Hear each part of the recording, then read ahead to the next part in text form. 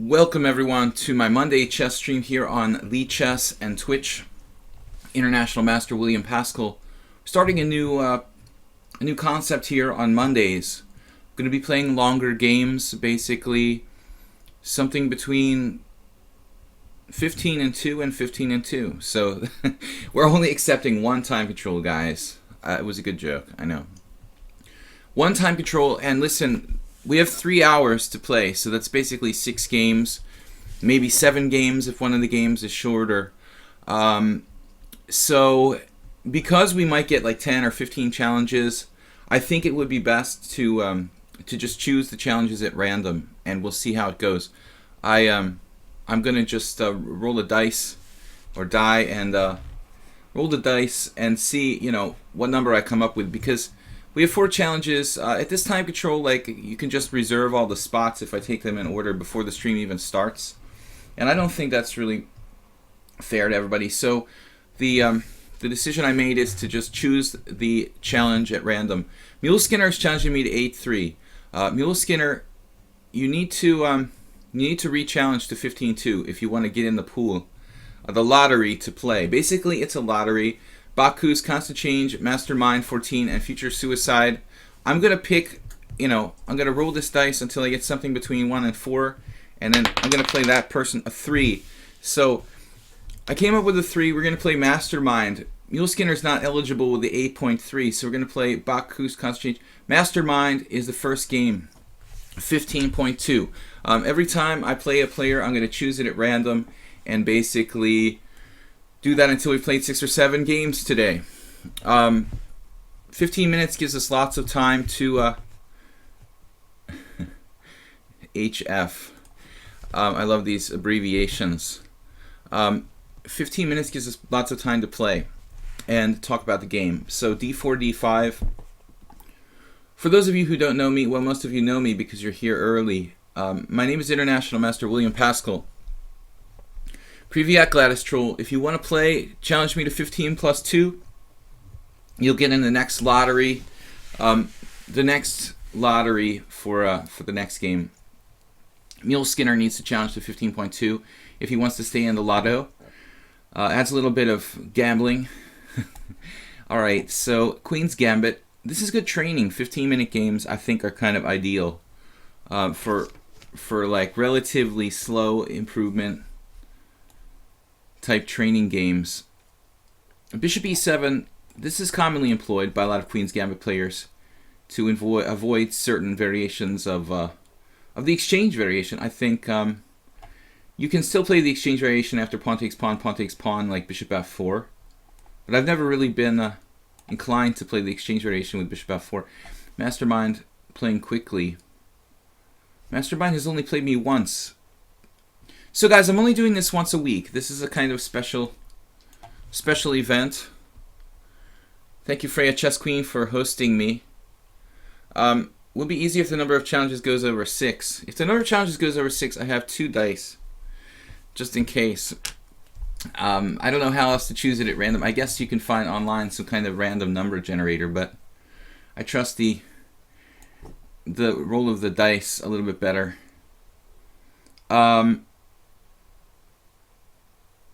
Yesterday we had a simul, and it was pretty good. For some reason, I sacrificed my queen in one of the games, kind of randomly. I think it had caught on. Like one game, I had to sacrifice my queen because it was basically like forced for the sake of defending my position. Then I got carried away in another game and sacrificed my queen without really, valid reason. Lost both. 2 dice will not be good. Okay. Knight e4, bishop takes e7. My Mastermind playing the Lasker defense. This is one of Black's most solid defenses to the Queen's Gambit. And Mastermind played correctly. Some people forget to... Nice arrow. Some people... Yeah, I love the arrows. So some people forget to play h6, and that's a very useful move to include here. I've tried different variations. Rook c1, queen b3 in this position. The theory with the queen b3,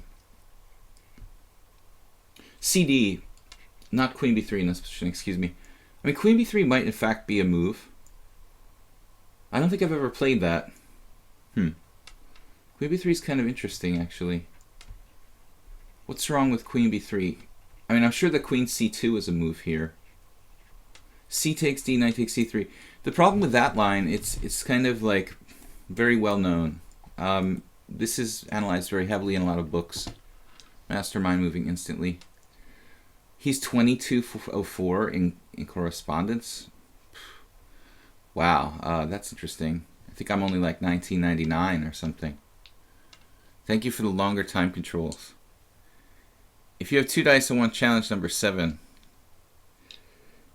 It's probably not uniform. We've got to find a random number generator. Alright, let's just play rook c1 here. Very hard to get an advantage against the Queen's Gambit. Declined.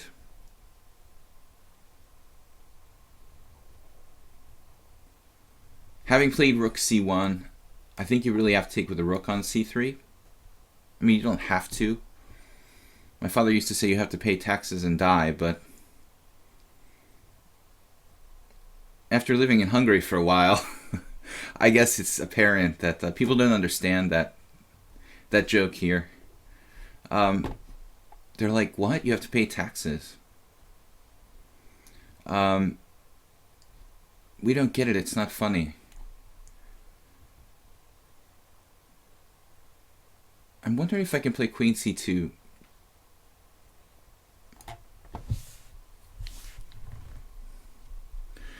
Okay, so I'm already drifting into time pressure, it feels like. But a little story for you guys. Yesterday I played a tournament game against a much lower rated candidate master type, and what I noticed was he was moving pretty quickly, and I didn't really understand why, but then he just totally panicked. As I was in time pressure around the time control move 40, he just panicked and he was nervous and lost. And I was realizing that I see this a lot here on the stream. Constant Change is one player who I noticed it with. Like, he moves very quickly, but he tends to make mistakes in time pressure. I think that people are afraid of being in time pressure. And then, like, it's like going from the frying pan into the fire. They're so afraid of time pressure that they like blunder, before time pressure even like occurs, because time pressure makes them nervous. I mean, I realize it takes a lot of experience to not get nervous in time pressure, but it's really essential that you take your time and you don't rush because the other guy is in, maybe mild time pressure or something, as was the case with my game yesterday. Okay, knight d7. This looks suspiciously like a variation. Blue Crow is saying what? It looks suspiciously like a variation that my friend Joseph Fang played sometimes with white.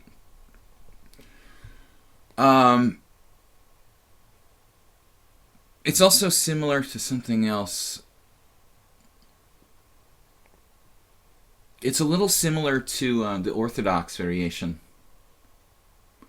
Orthodox variation being like not knight e4 early, but this variation where black plays at some point knight d7 and d takes c, and then knight d5, and transferring the knight through d5. That's called Capablanca's freeing maneuver, when you play a different setup with knight d7 and then d takes c, knight d5, trading all the pieces basically. Kind of a battle for tempo here. I don't really like exchanging on these arrows. Is it my mouse or is it just the sight? I don't really like exchanging on d5 because that enables this bishop to mobilize. So there's a kind of secret battle for tempos here. I'm just saying, if you sum up 2 dice, it won't work. First of all, challenge number can never be chosen. So every player will withdraw when they reach the top. Okay, we need a better system for choosing the challenges at random. So I'm open to suggestions. But I want to do it by random because I mean, I want to do it randomly because it's just not that many games. We're going to play 7 games today, 6 games, 7 games, and people could just like reserve the spots in advance, basically, and I don't want to do that. I want it to be kind of spontaneous. So, if you guys have a better suggestion for how to choose the challenger at random, please let me know in the Twitch chat. Maybe I'm just going to give up the tempo here.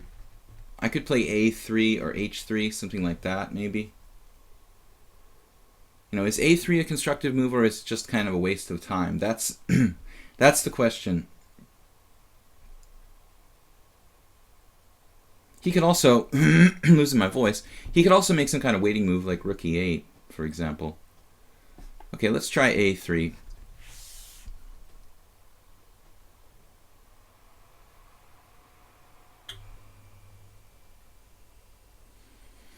I'm not sure about this. It's kind of a little strange to have my queen and rook placed like... I don't want to get my rook trapped on C3. Google does it. Random number generator. You could roll the dice twice. If number is equal to 1 to 6, it's in the pool last half. Yeah, I mean, with this time control, I didn't think we were going to get, more than like 6 challengers at a time. But anything's possible. Okay, well, he took immediately on C4, which I think kind of makes things easier for me. Taking with the bishop to develop. Again, I don't want to get my rook trapped.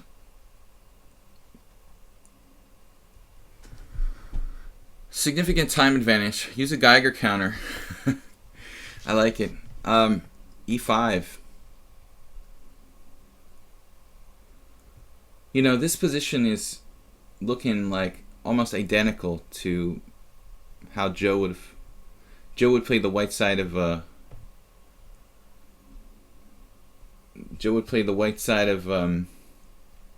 Queen's Gambit Orthodox variation. We used to have a lot of blitz parties, basically, back in the day. We called the Nashua School of Chess. My friend lived in New Hampshire, and we used to have big parties of master strength chess players get together and imbibe various toxic substances and play chess. And basically, it was crazy. We had a lot of strong players playing blitz, maybe sometimes 5, 7, 8, 9 masters. And in those blitz parties, I remember my friend Joe playing a lot of these games in this orthodox kind of structure. So I never really played this position too much, but watching other people play can be just as instructive. Here, one thing I can do is not to take, because taking simplifies everything. This is also very close to another line in the Queen's Gambit. Where I let black basically give me an isolated pawn. So another line in the Lasker variation looks extremely similar to this. We're very low on time, but I might want to just take on d4. I can do eeny, meeny, miny, mo, but I'm afraid you guys don't trust me. That's the problem. I'm afraid you guys think that I'm not truly random. If you saw me play, you would know that I'm truly random. If you guys have watched me play chess in the past, you will know I am truly random. Man, dude, this looks almost identical to the famous Kramnik game in Alaska. I remember we could have transposed to a different line by another move order, but I like this position for white. I mean, at least there's some dynamism. In some lines of this opening, black just trades the pieces, gets in c5 and equalizes very smoothly. Here, although I have an isolated pawn, I have a lot of dynamic chances. Black's weakened the king side slightly with h6.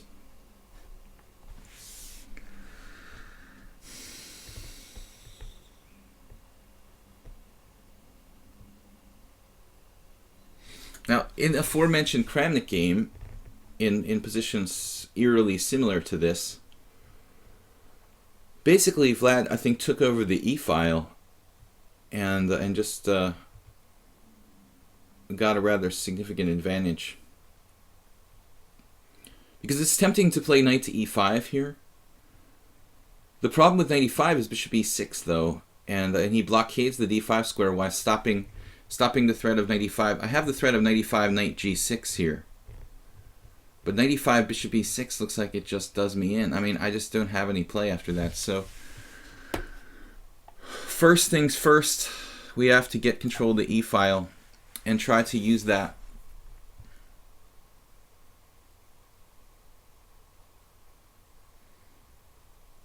I love like Mastermind. He's like, thank you for the longer time controls.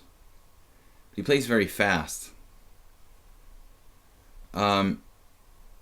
It doesn't seem like he needs he needs the longer time controls.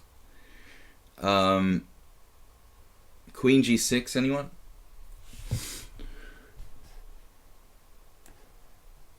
Yeah, I love this arrow. Stunted arrow. Okay, Queen g6. Only a 2-second increment. So there's nothing better than like a blitz party with like 8 or 9 chess masters. Well, there are better things than that, but it's actually can be pretty fun. The right people. All right, Queen d6, g6, rook e3. Rook e3 looks pretty good.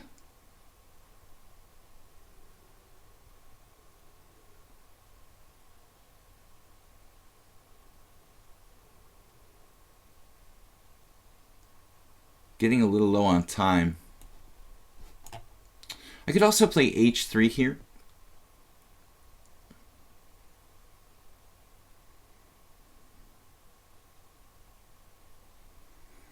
He's starting knight to d5.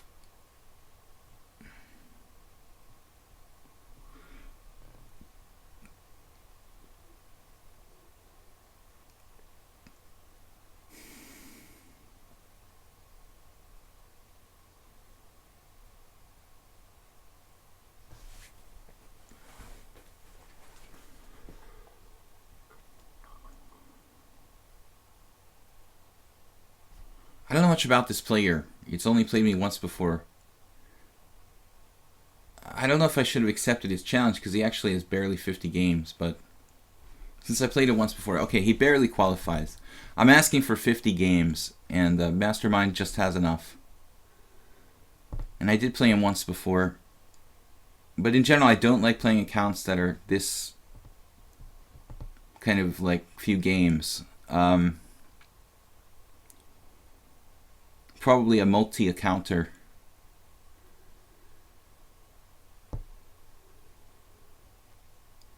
But Queen g6 is not a stupid idea, actually, here.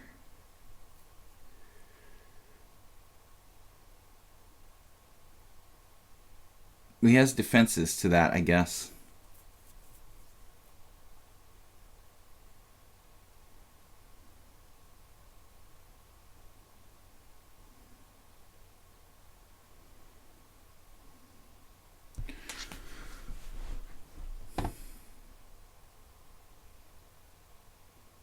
I guess we'll just have to keep it simple. I don't want him to play bishop g4.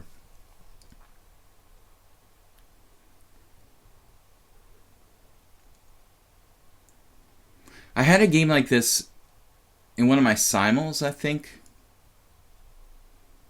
Black is basically equal.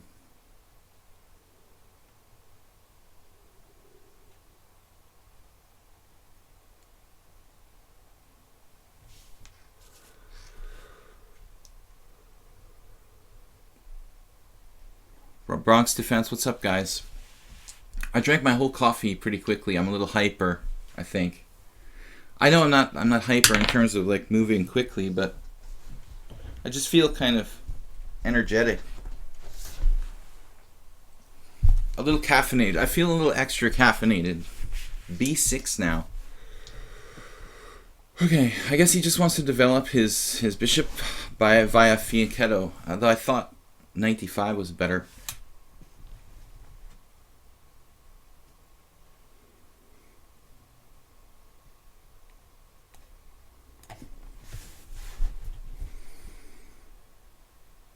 Because I think the b6 is like slightly weakening. Mastermind also not taking his time. He's got like 11 minutes and he moves almost instantly. Well, I'm thinking like 1 minute on every move. I think you do better with blitz, Mastermind. The Friday is 5. What am I playing? 5-3 on Fridays. Hyper, I just feel a little hyper. Thank you for the host, Soldier89. Saw you streaming yesterday. He's up at all hours. Hyper and 2 minutes left. I just usually don't drink my coffee that fast. I think I overdosed a little bit on the caffeine. Well, anyway, I was going to take this guy last move. Now I have the option to play rook e5. But then bishop e6. Half dozen of one, 6 of the other. Rook e8 is interesting. Doesn't really do anything. I was willing to sell this bishop anyway. But the more technical, the better. With my time situation here. I'm quite competent in technical positions. He took back with the pawn.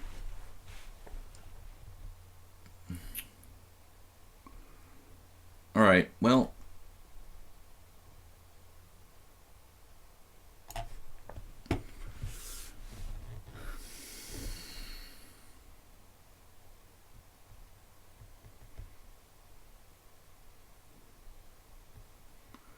Looking for tactics, but I don't see any.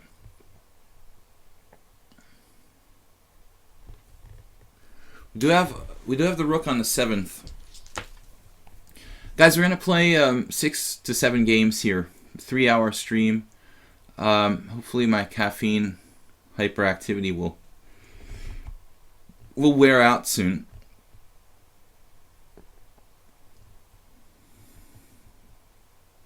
Super hyper accelerated rook's gambit. What is that? Yeah, well, this is... I've got to save my rook there.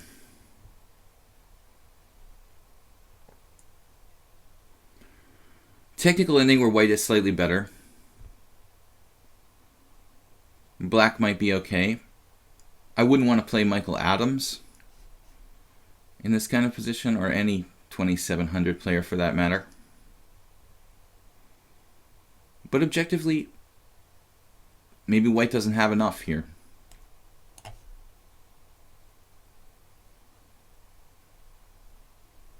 Kind of a tough call. I've got only the 2-second increment, which is just barely enough to not lose on time. You can't really bank the 2-second increment like you can with the 3-second increment. I think move quickly and start to save up time.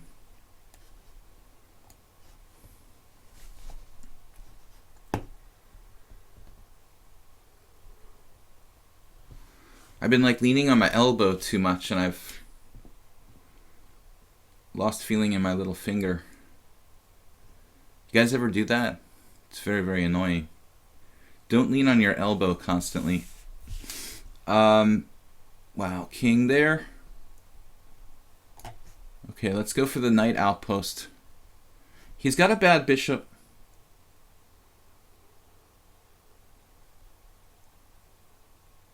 I'm not sure this really does anything.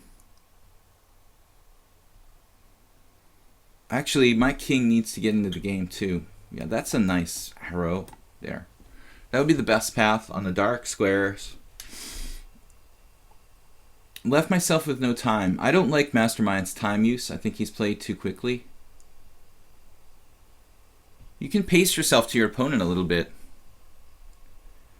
You know, if I've used so much time, he could afford to use a little bit more time. I realize that it's, you know, possibly a 60-move game, and you might need that 7 minutes for the second half of the game, but one could argue that Mastermind has kind of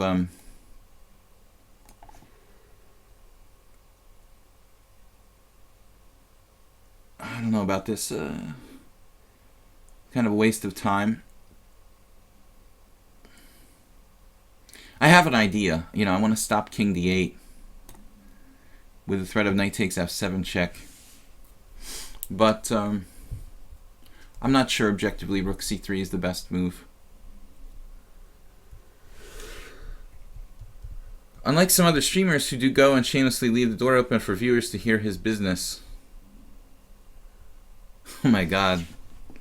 That's classy.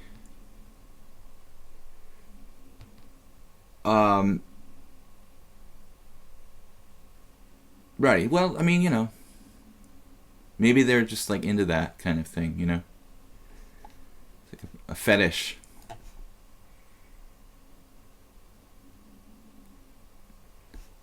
Oh no, take, check.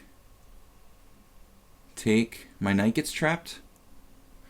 Take, check. King goes somewhere, knight takes, bishop d7. And my knight is trapped. Well, that's really deep.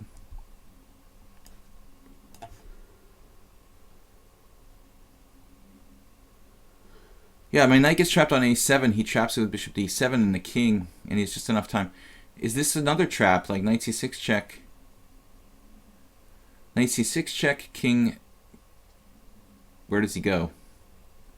d7 takes, bishop d7. And again, my knight is sort of trapped there.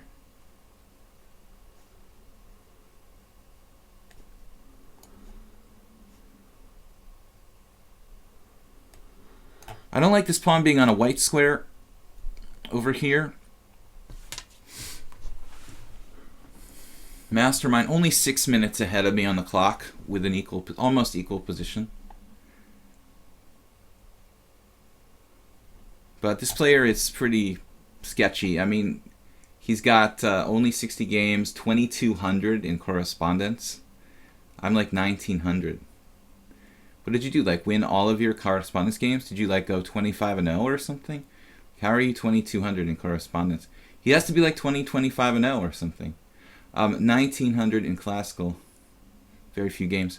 So it's kind of a shady account, actually.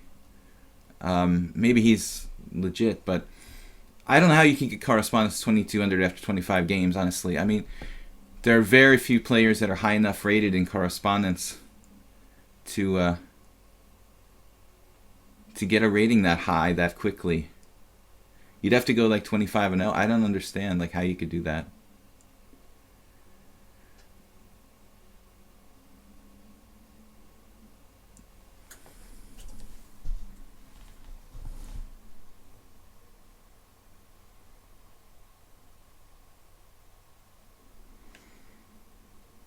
I want my pawns to be on dark squares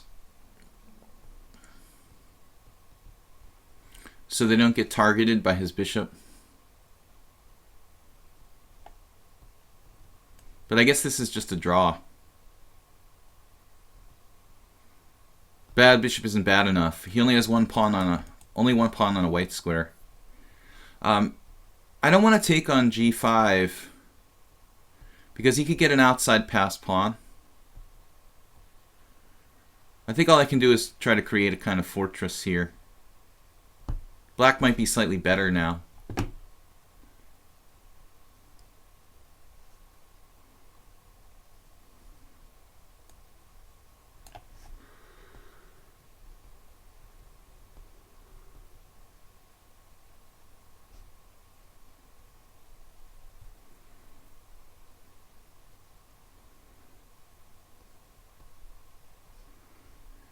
I don't think I have any advantage here at all.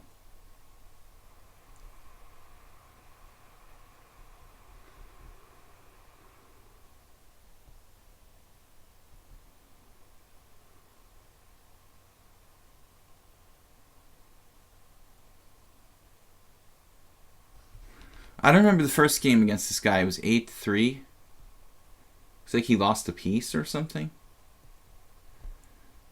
That's strange.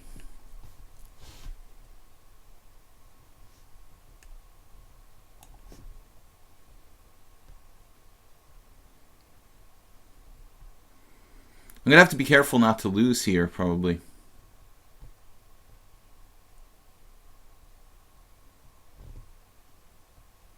He's playing like perfectly. With the pawn trap on a7, actually like this king advance, ultra aggressive, perfect play, king c6. This is g5, excellent move. The opening wasn't perfect, but it was adequate, I guess. I thought I was slightly better out of the opening. But his play here in the ending is excellent. I think white can just hang on.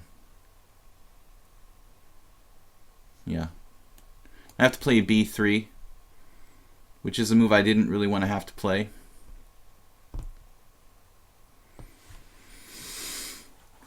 But I can afford it to put a couple pawns on white squares here, probably.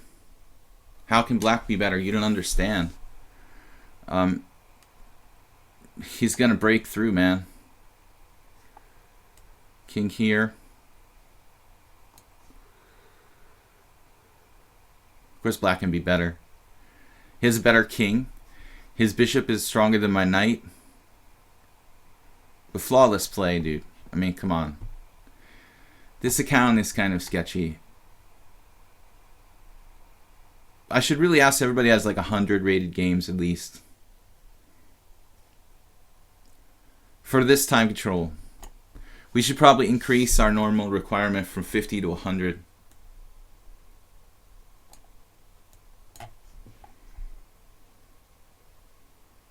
But objectively, this is a draw, I guess. I have to be careful.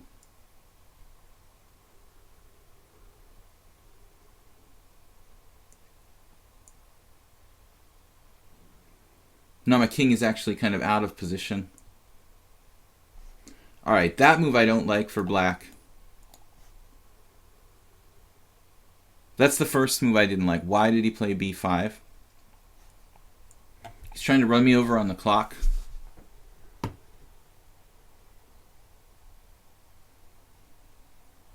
That's the first bad move he's played.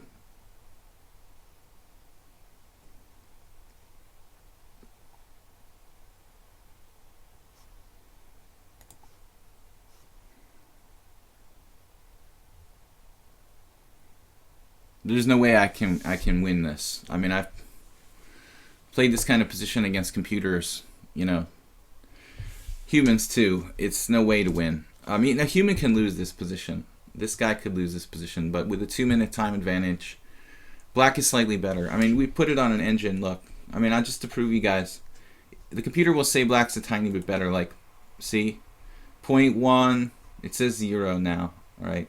This 0 is 0. I mean, its first reaction was 0.1 advantage to black, though. You know, if you look before b5, though, I bet that it's like a tiny bit better for black. See, like it's still like 0.1. All right. Anyway, all right, guys. So we're gonna choose a game at random again. 4 challengers. This is a standard game. I was better in the opening, but it wasn't enough. Number 1, so Baku's. We're going to play Baku's.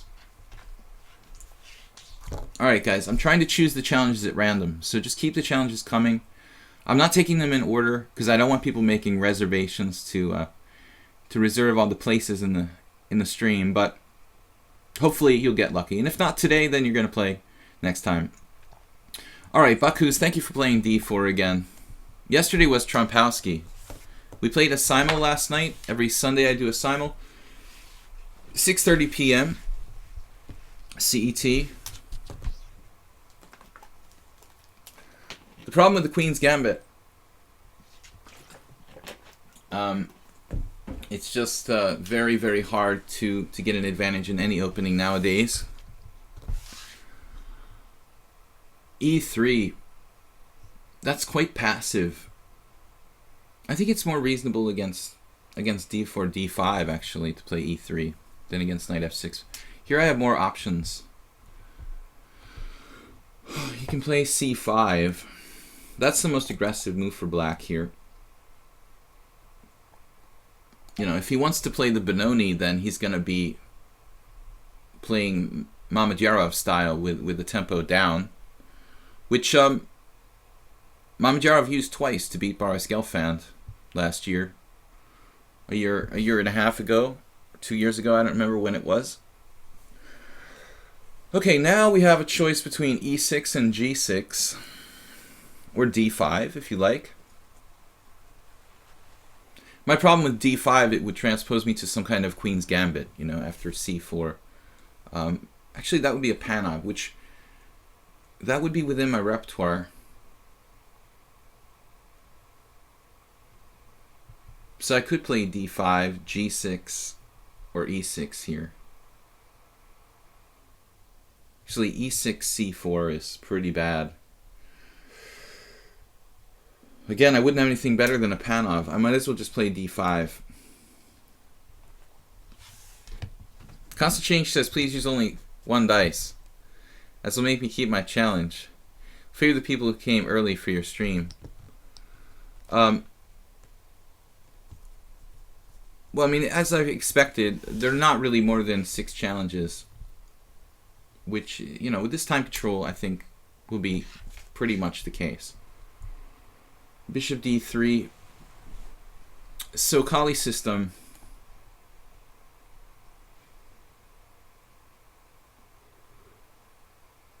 Can I get a pronunciation check on Kali system?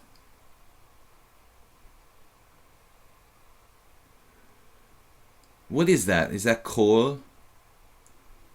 Does anybody know the historical pronunciation of this master Koli? People call it the Kali system. Can we get a check on that? I don't think that can be right. Who was this guy? C-O-L-E-E. C-O-L-L-E. Why am I calling him Koli? It doesn't sound right. It could be.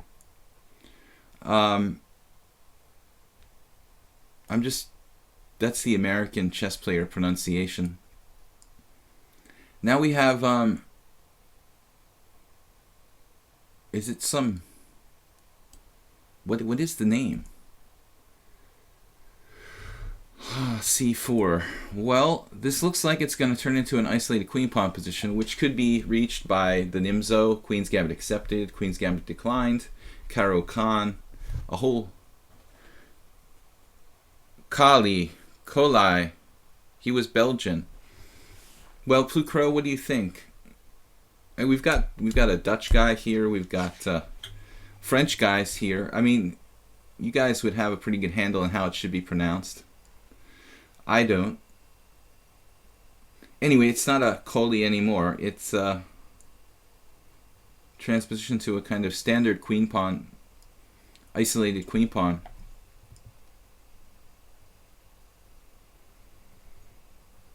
With a very early bishop d3, I mean, imagine this is the position where, like, he plays bishop d3 in a situation where normally people play knight to c3. That's basically what's going on here. So I guess bishop g4 looks pretty strong.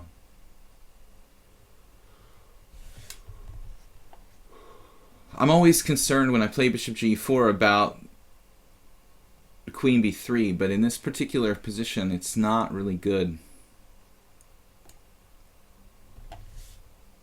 You have to be careful with the b7 pawn.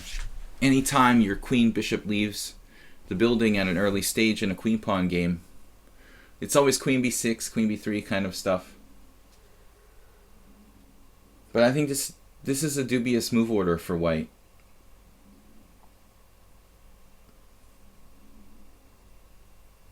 Bishop d3 is fine, but I think, you know, maybe you have to play more conservatively here. He played c4. Well, what's he going to do? I mean, c4 is kind of unusual. I think typically it would be like castles or c3. Maybe there's something white can do. Can you take on d5 here? What if you play c takes d here?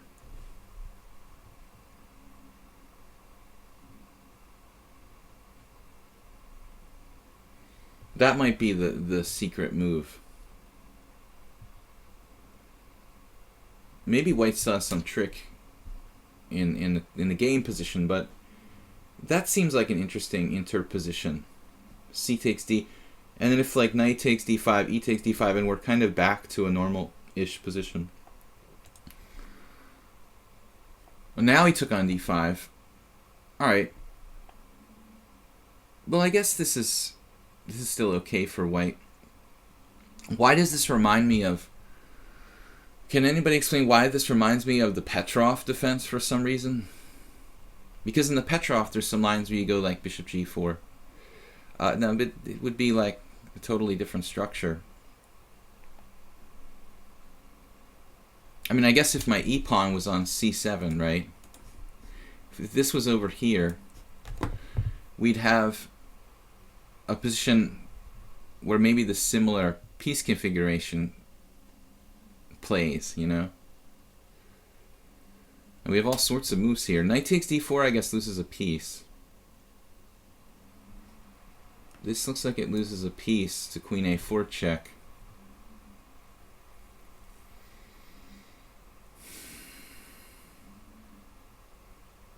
So queen a5 check is just fancy and probably not really good.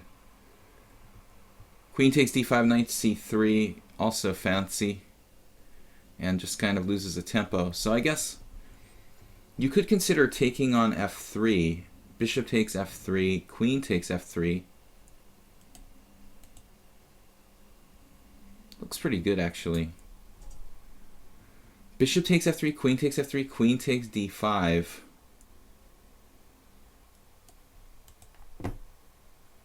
And like a very good ending for black.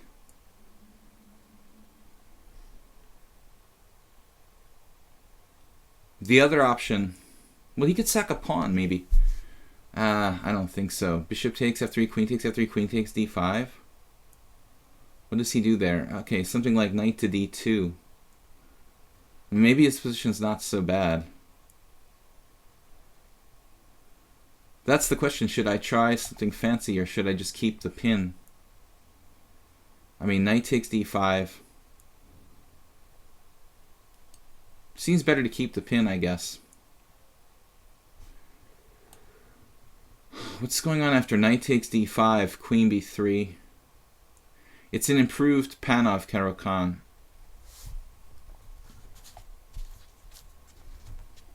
Are you talking about knight c3 or d4 Petrov? No, d4 Petrov, like main lines, you know.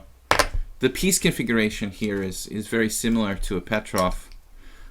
It's the same, basically, as a Petrov, just my pawn is on e7 instead of c7.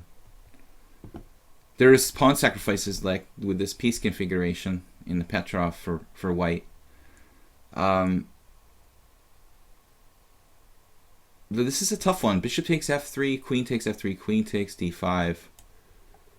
That looks pretty good, though.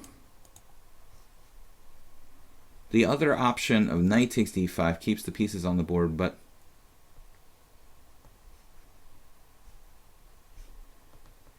on the other hand, bishop takes, queen takes, knight takes, bishop e4 is not really exciting for black. All right, let's not trade queens. This feels like the correct move. It doesn't feel right to just exchange my bishop on f3. It looks like in that line, like bishop takes f3, queen takes f3, queen takes d5, queen takes d5, knight takes d5, bishop e4. Like at this point, I can try to win a pawn. But he's going to have compensation. Bishop takes f3, queen takes f3, knight takes d4, queen g3. That's similar to the Petrov type of positions I was talking about. I think I'm going to pass, you know, and just develop. But at some point, this pawn is going to hang, you know, and it's going to be... He's going to have to defend that.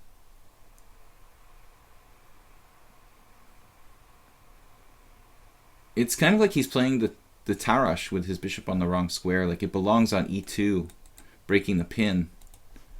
It's placed too aggressively on d3 here.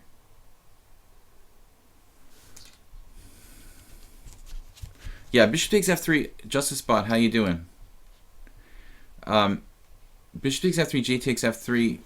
Okay, I didn't really consider it, but I suppose that's possible too. This just looks to me like a good c3 Sicilian for black. He keeps his pawn.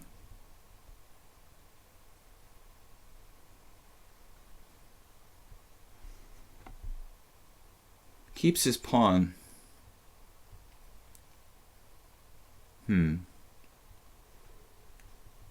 Time is not endless here.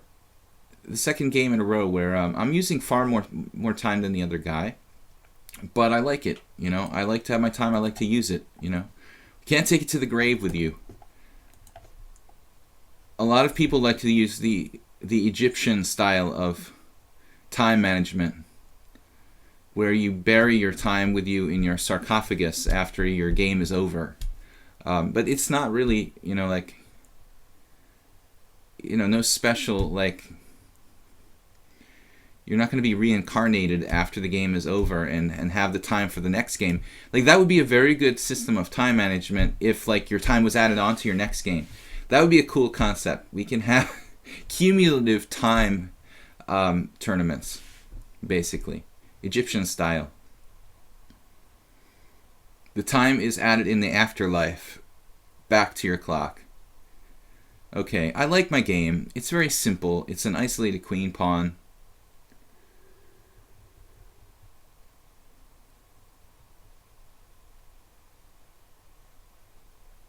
I guess if necessary, I can pull this guy back here.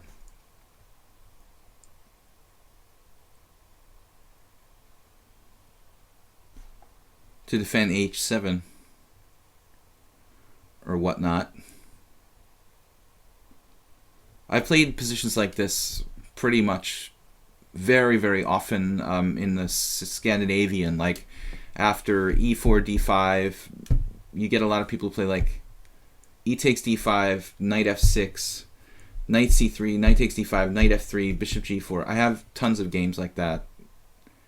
And it's just like a Scandinavian where you play knight f6, knight takes d5, and white didn't really do anything special.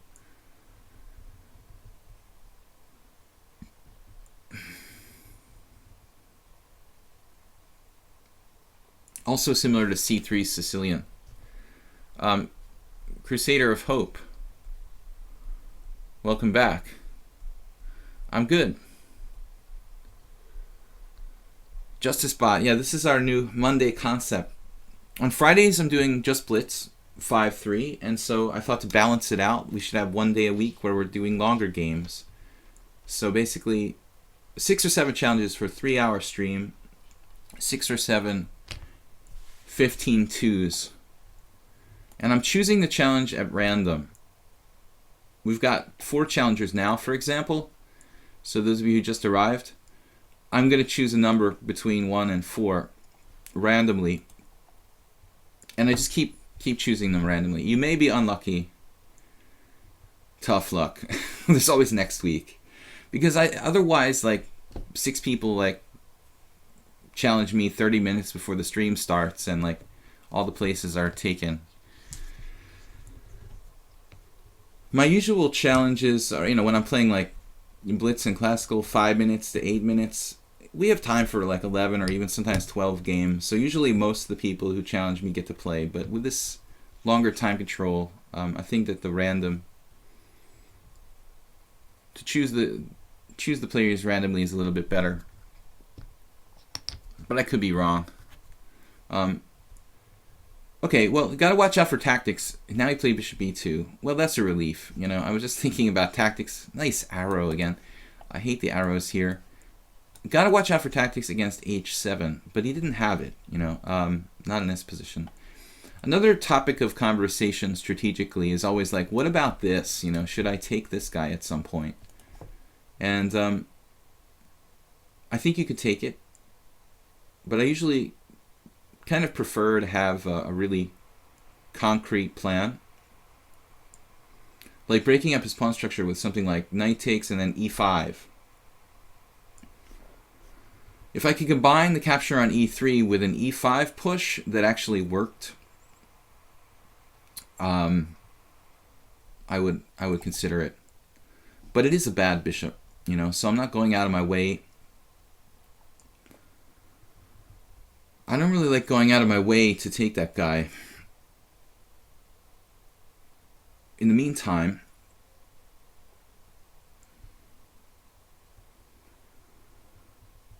kind of a frustrating and tough position for black to play for a win here. What do we do exactly? You know, the plan is difficult to find. Try to put pressure on d4. He's got it kind of overprotected now. So it isn't really easy to put overwhelming amount of pressure on that guy. We can try something like bishop f6. Bishop f6 gets hit though by can get hit by knight e4.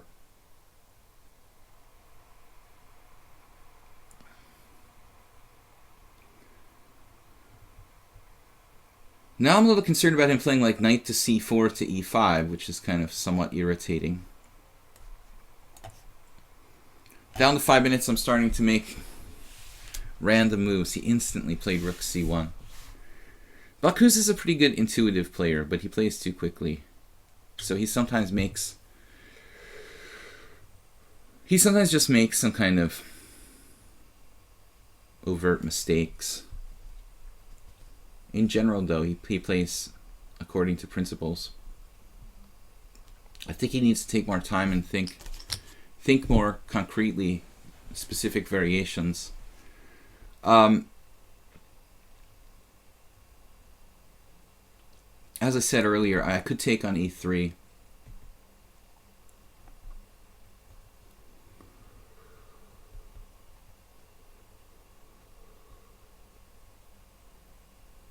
Maybe I should play bishop d6.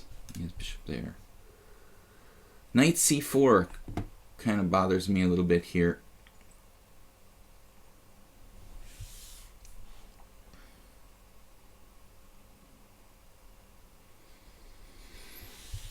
I don't like making a move until I'm confident that I really understand what I'm doing, you know.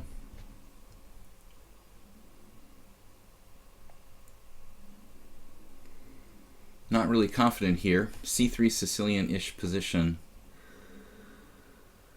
Oh man, I don't know, guys.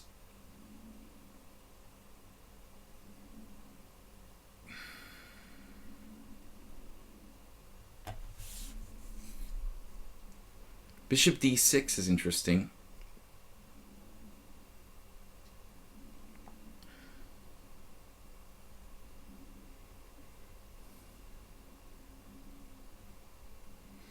Then I'm concerned about knight e4 again. I don't really see where my queen belongs either.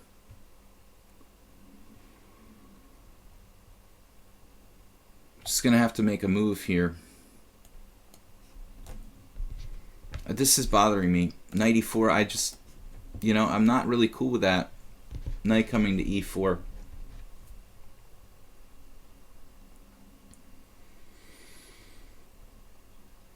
My bishop's pretty active on f5 too. I don't have any problem with, you know, with moving it twice at this point. Bishop g4, bishop f5. I think that's totally valid. Controlling the center. I've got nothing with that pin on g4 anyway. I mean, what am I doing with bishop on g4 pinning his knight on f3? There's no pin. His knight can move. So bishop f5 seems like one of many moves I could play, but at least it has like a cohesive kind of point to it, you know. I'm taking away knight e4. You could also argue that I'm avoiding exchanges of pieces and therefore like playing for a win. In a sense, avoiding simplification against a lower rated opponent is probably not a bad idea. Although I do have a lot less time than him. In general, I don't like to complicate when I have less time. I know a lot of you people wonder why I use so much time, you know, in the first 10 or 15 moves of the game. I'm trying to play perfectly, first of all, as long as I can, and then, you know, to get as good a position as I can get. To to keep control of the situation, keep the advantage. We get down to a certain point, then we're basically playing blitz. The brown bishop is possibly trapped with f5, f4. Interesting tactic. Brown bishops.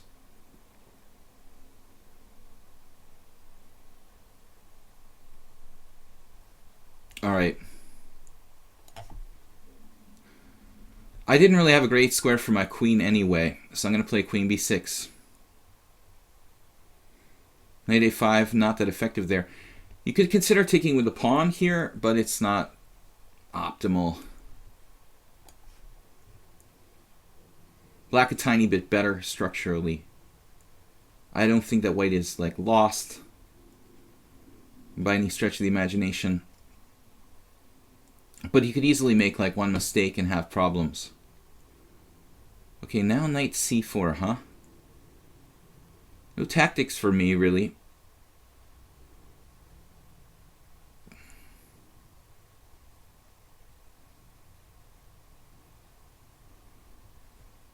Knight d5.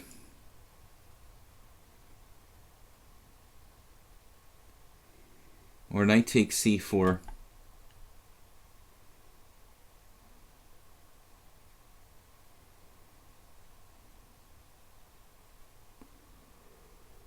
Kind of tough call.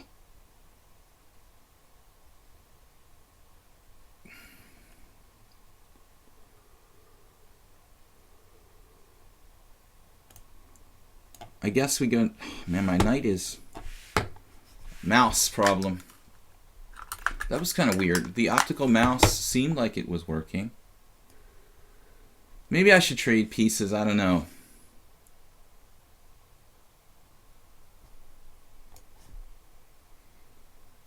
But I like this blockade on d5.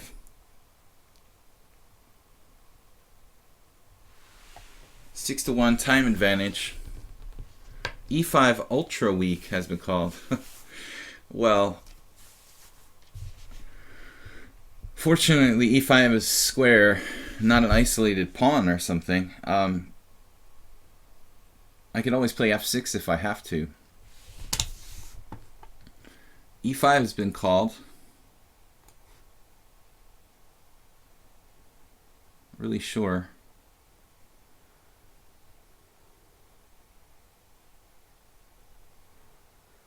Speaking of f6,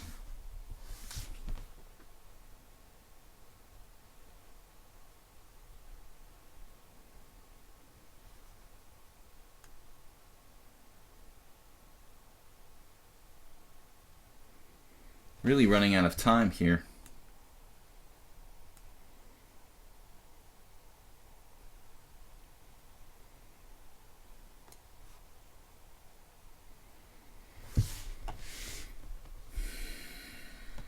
This is equal, I guess. I don't really have an edge.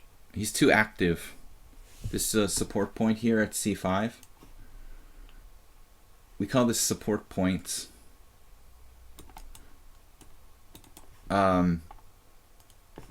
Isolated pawn is nice, but it seems like white's a little too active for me to really have an advantage. Guess we should have played something different.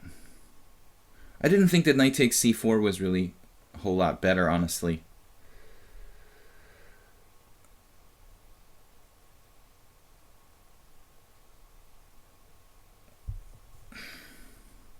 The c2 point now, he's... I think I was slightly better, but he played pretty safely. And now it's more or less equal.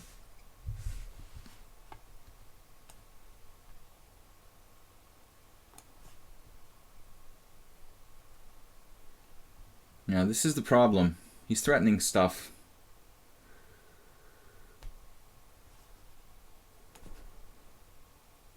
I have to be careful here. Not to be worse.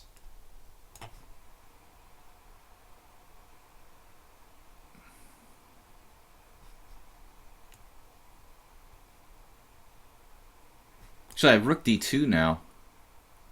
Then there's some bishop c4. I I have 8 seconds. Looks about equal to me. I have better structure, better king, but rook d2, bishop c4 look kind of nasty. I want to get my king to e7.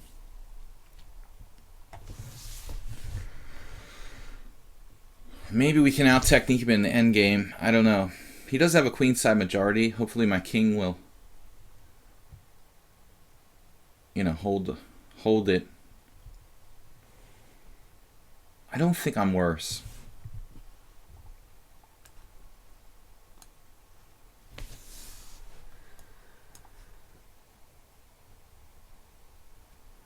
But I also don't think I'm better here objectively. Only if he makes a mistake. Safety first, ladies and gentlemen. Especially, you know, when we have less time like this.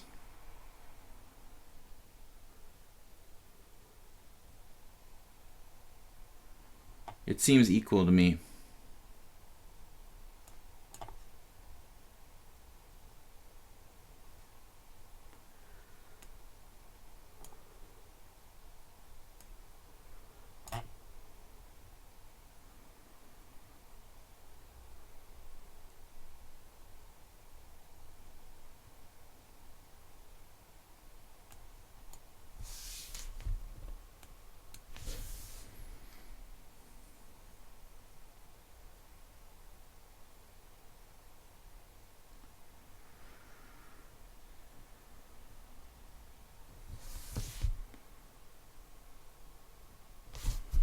Impressive play on time usage by White, though. 3 minutes ahead of me. Kind of just barely holding a draw here.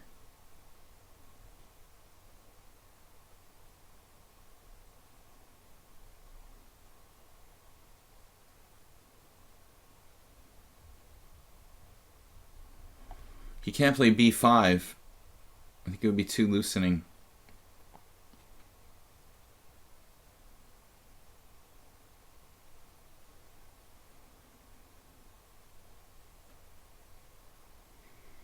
Tough to beat you guys at 15-2. Bakus doesn't... Oh, he does have a classical rating. He's 1888. I mean, honestly, I didn't play very well this game. Well, I think b5 is a serious mistake. b5 could even be losing. Probably losing for White. Or at least really close to it. Maybe you can draw with 4 against 3 on the same side, Bakus, but I think you're losing your queenside now.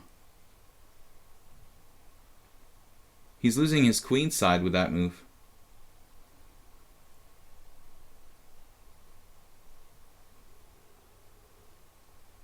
Otherwise, I had the worst side of a draw.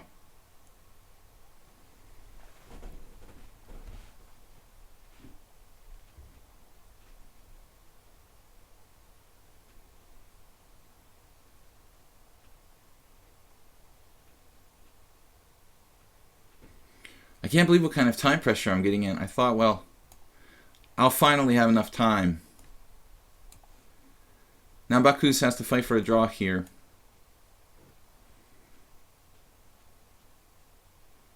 No, there's no way you should ever resign there, man. I mean, this is a drawing position. 4 against 3 on the same side, Bakus. That's a draw, dude. Don't resign in that position. This is definitely not a win for black. You're going to be able to sacrifice your bishop for the last pawn, you know. I mean, there's ways you can lose, but you're not losing this position. I cannot win. I cannot create, you know. I mean, there could be some way I could create a passed e-pawn if White was like, if White played it badly. I just don't think this is a win. Alright guys, we have 5 challenges. Constant Change, Mule Skinner, Mellum. I don't know about Mellum. Mellum's challenging me rated. Mellum, you need to challenge me to unrated. Okay? If you want to play, he needs to challenge me to unrated. And the other guys, we're going to choose one randomly. Oh, good game though. It's a draw. bishop f3 or bishop e4. Actually, bishop f3. There's no way that I can win here, objectively. Okay, number 3, so geese.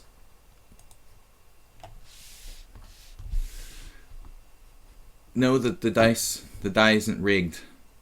Guys, I do stream here Monday to Friday, 10 a.m. every day during the week. That would be Monday to Friday. Also, please check out my YouTube channel, Video Chess Training on YouTube. Alright, for something new and totally different, we're going to play e5. Baku's, it's not a question. It's not like I'm not sure. I mean, I can tell you with 100% certainty that position is a draw. I do, you know, if nothing else, I'm pretty good, like, with technical endgame knowledge. 3 against 4 on the same side, there's no way for me to win that position, man. You're going to sacrifice your bishop for the last pawn. I can't create a passed pawn, I can't win.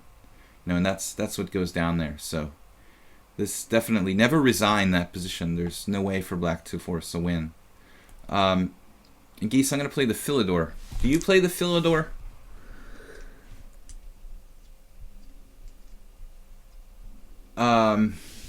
If I have a passed pawn, Baku's, then it's a win, a pawn up in most cases. But this is a new opening, new experimental opening. No, it would have been interesting though if Baku's hadn't played b5. I'm pretty sure it's a draw. Even though he has an outside passed pawn, which is an advantage, I have it blockaded. If it was a king and pawn endgame, I would probably be lost. But because the bishops are on the board, I have very good drawing chances there. We had a game like this in the simul yesterday. I know myself, I do horribly under time pressure.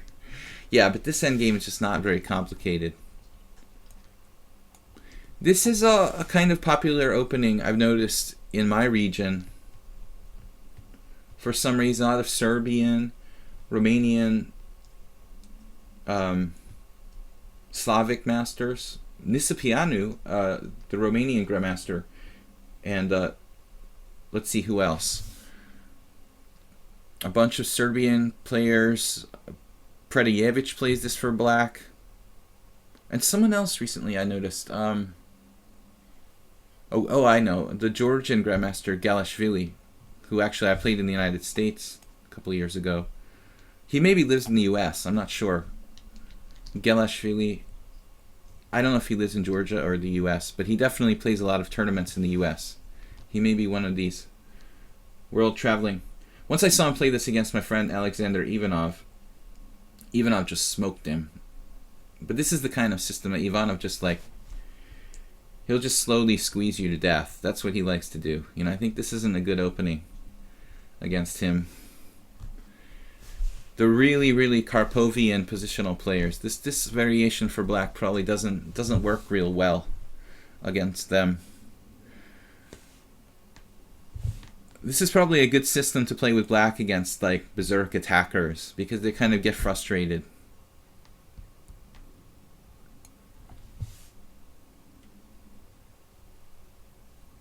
What is the idea behind Mindful Monday? I haven't been able to tune in for a couple of weeks. Lord Alamo, the idea is just for us to play some longer games.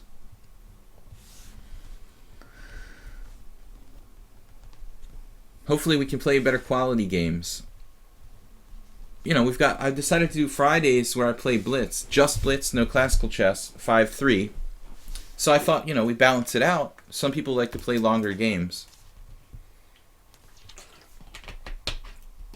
And I figured Monday is kind of a slow day anyway, you know. Everybody's just like getting back in, you know, getting over their hangover from the weekend and stuff. So why not make it for Monday, the slower games, kind of like ease our way into the week. We're streaming till 1 p.m. CET. Yeah, okay. So bishop f8. This actually appeals to me, this system. I'm trying to make 2 moves in a row. This system appeals to me because it's kind of like a King's Indian. And for me that's a natural structure to play. Black trades off the strong point at e5, though. It's a major positional concession. I mean, honestly, in the King's Indian, when you play e takes d, you're taking your life in your hands. As I said, against like a really good player. They know how to exploit this type of structure. White has to play gradually, slowly, like in the Marazzi or something. I mean, you've got a strong point on e4. It has to be adequately defended. But strategically, Black's given something serious. I mean, giving up the strong point on e5, I think, honestly, after d4, I mean, the Hannum variation with knight d7, that's much more solid for Black. But it's obviously very, very passive, and you don't get much active play there.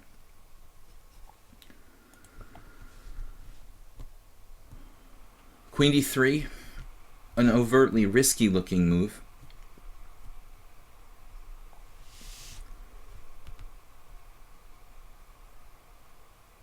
It looks doubtful to me. It's even tempting to play d5. But somehow I think my development... The thing is, another cool thing about this line for Black is that there's different plans. I mean, you can play like c6 and d5. You can play for piece development. You can challenge his strong knight with knight c6 and take the double pawn to the b takes c. But I think here after queen d3, I mean, it seems to me that he's trying to maneuver something like queen g3. Thank you, Captain Obvious. Okay, so if queen g3 is the point,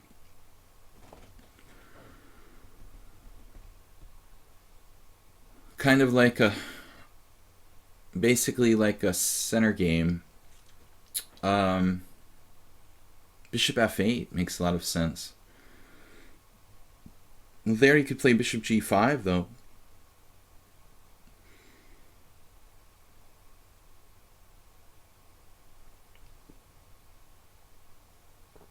I guess I can play knight d7. The question is, what do I do after knight d7? Queen g3.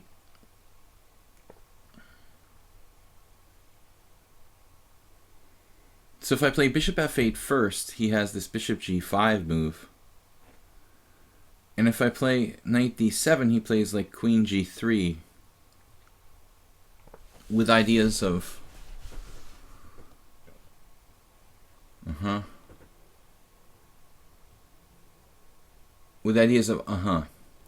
queen g3 with ideas of knight f5, bishop h6.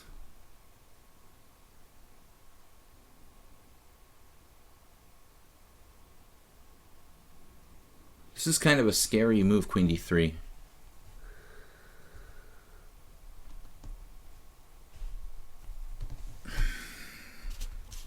I don't know the theory that well. This move is somewhat obscure to me, but it looks actually pretty potent.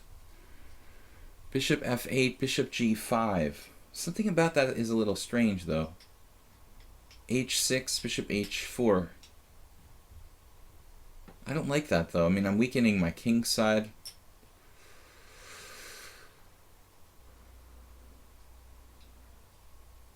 The more I look at queen d3, the better it looks. At first it looks strange, but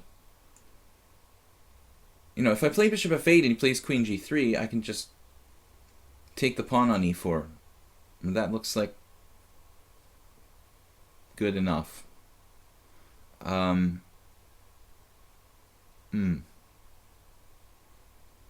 mean, what else am I going to do? Knight d7, queen g3. There's got to be something to do against that queen on g3. And then I can play knight c5, hit e4 again, and maybe force him to play f3 with his queen on g3.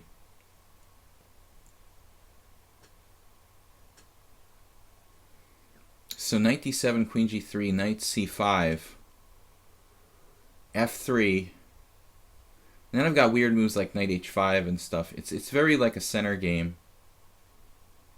I really need to get d5 in at some point. Alright. There's another option, I guess, to play like knight f8 along these lines. It's quite passive. But obviously this is the first time I've ever played this position. Interesting to see a Philidor only had people mess it up against me on the site so far, with some horrible positional mistakes by black. I'll probably join the club. I mean, this isn't really a regular opening of mine. So I'm going out on a limb by playing something I don't know really. Theoretically, you know, I understand. Hopefully I understand the positional requirements here, but I don't know the theory. I don't know a lot of games. The stream is as long as usual. A little bit longer, actually. I'm going to stream until 1. Normally I stop at 12:30. So I wanted to ensure we have at least 6, possibly 7 games. How about knight d7, queen g3, knight f8? Yeah, Plucro, that's the other idea, although it's kind of passive. You know, obviously. Knight on f8 is passive. I'd rather the knight was more active. I mean, I think we see like queen g3, knight c5, f3. Maybe I can get in d5.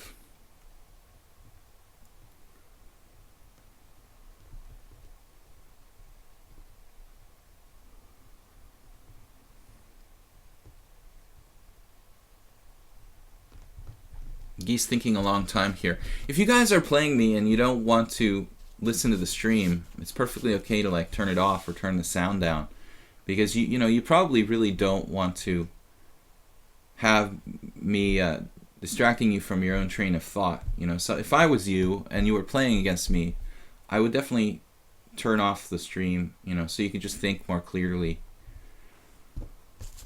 But it's more for the viewers.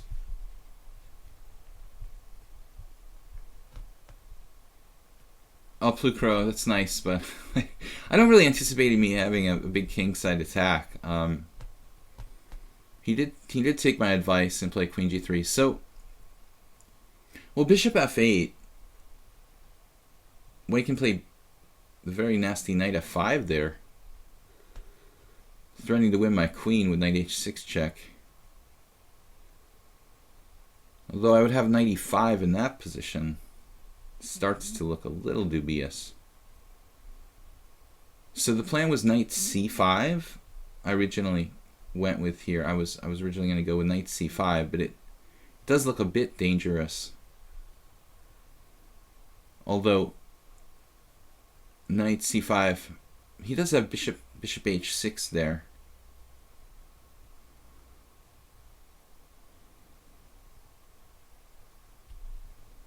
Knight c5, bishop h6. I didn't talk about that. No, okay. Bishop f8, and then what? You know, threatening to take on e4. Also threatening knight h5 there. Well, not threatening knight h5 unless he plays f3.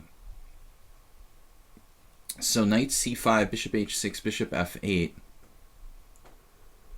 Triple attacking e4 does seem like a problem for white.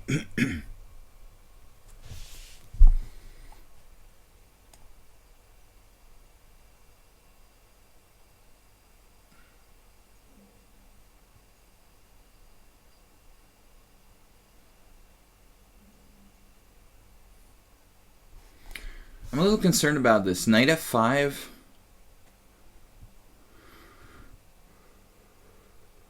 Typical Philidor situation. I just take it, right?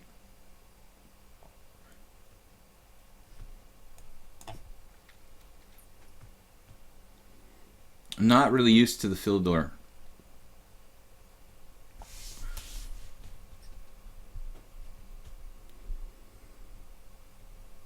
I just feel like knight f8 or knight e5 inherently is too passive. Like I have to force pressure against white, you know, and e4 is the only weak point in this position.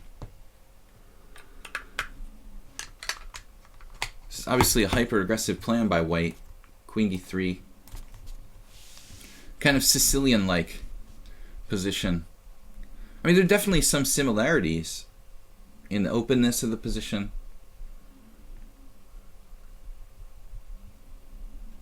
Knight c5, bishop f3. Okay, bishop f3. Well, that's another story. We didn't really talk about bishop f3. But I'm not sure, Plucro. Bishop f3, bishop f8. What did you say? Bishop g5. Silent Legend said, I don't play much, never spend time on theory or stats. Usually win against my peers. Enjoying your stream here at 4:30 a.m. You must be in the East Coast, USA. Central Time. Central Time.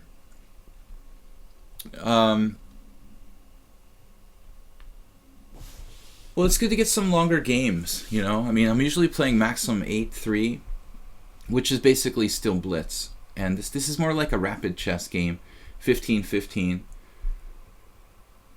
which gives us just enough time to talk a little bit. I mean, so far I had 2 games that basically both should have been draws.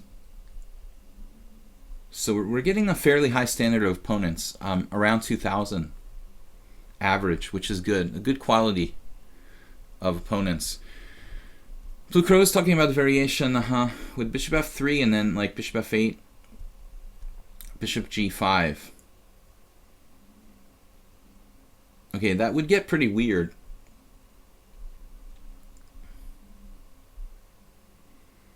But I can always go back to bishop e7 maybe.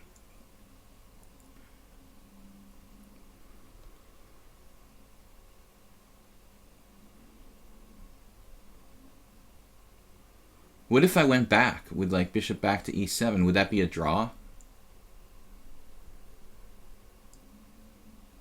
I mean, you know, I'm not like protecting my rating points here. If the position is really like, I feel like the draw is the best move, or repetition of position is the best move, I'm going to play it.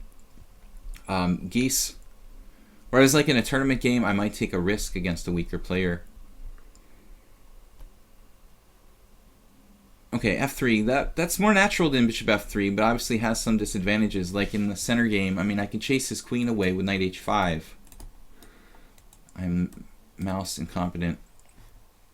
We can kick him back, but I mean, I'm putting my knight on a bad square, obviously, in that sort of case. So I'm not sure I want to do that.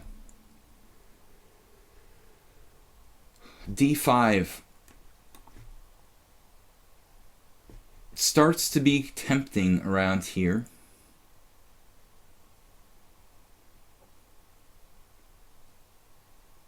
Pierce.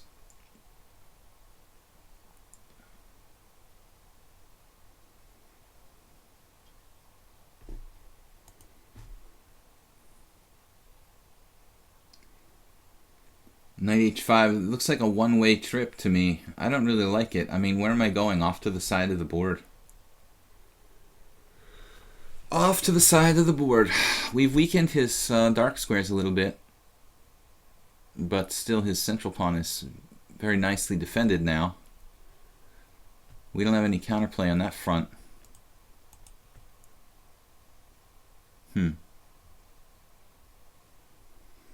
G6 is an idea.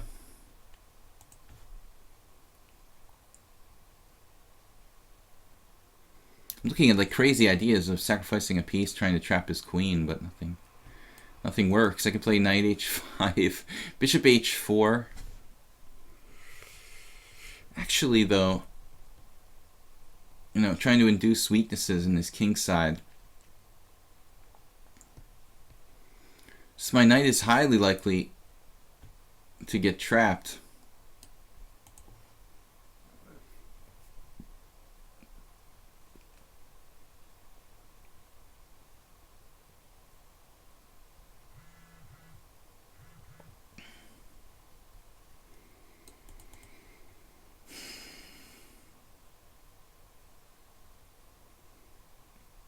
d5, e5. I don't see anything for me there. Then again, yeah, Bishop f8. I mean, this move just makes sense.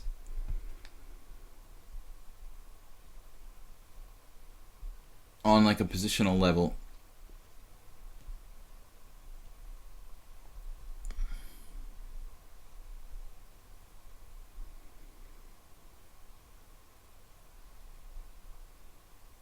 We'll have to call Gelashvili to explain how to play this kind of position, because I feel out of my element here.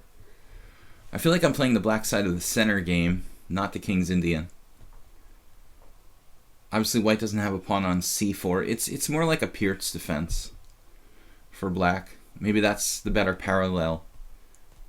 I've also had bad results in the Peert's defense when I trade off my central pawn on d4. I remember losing to... I want to say I lost to Quang Liem. A game very badly on the black side of a Peert's fianchetto system. Last time I played a Peert's where I traded off my strong pawn on d4. Bishop g5. Yes, this is logical. Now I could go back. And there's an argument for bishop e7. I was kind of talking about this earlier. You know, and it seems sort of passive and weird, but at the same time,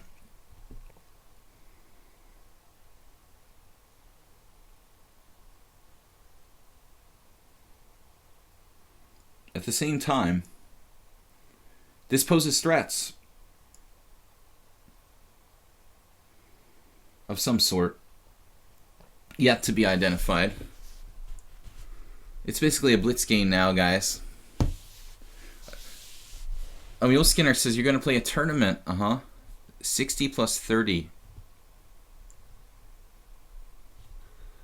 Starting Friday. Never played that time control before. Usually 90. Yeah. 60-30 is pretty fast. I think you'll do fine. But, yeah, don't be under any illusions that that's like a really long time control. Oh, now things are getting more complicated because his bishop is unprotected.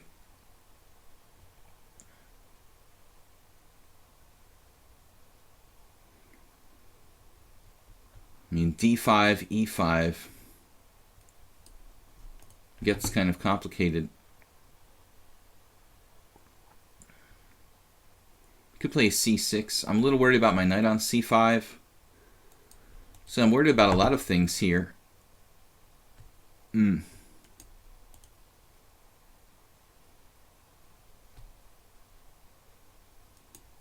Is b4 going to be an issue? What about my queen?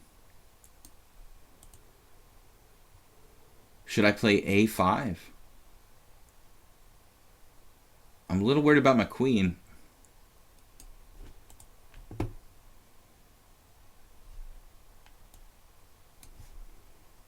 I don't know about this. I don't like my game. I think white is clearly better here. Maybe b4 is not a great move for white. I mean, it's nice arrow. It's really, it's kind of weakening, you know. He probably has more constructive things he could do.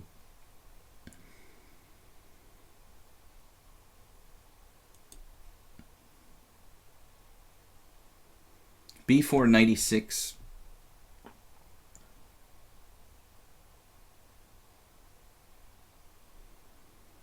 I think I would choose something else. I mean, I think that like rook d1 would be a more useful move, actually.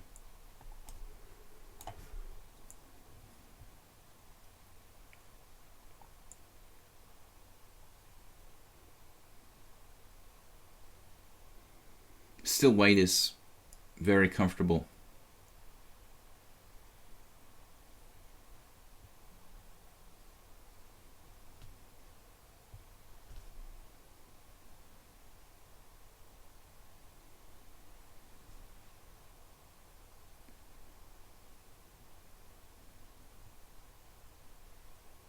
I can't...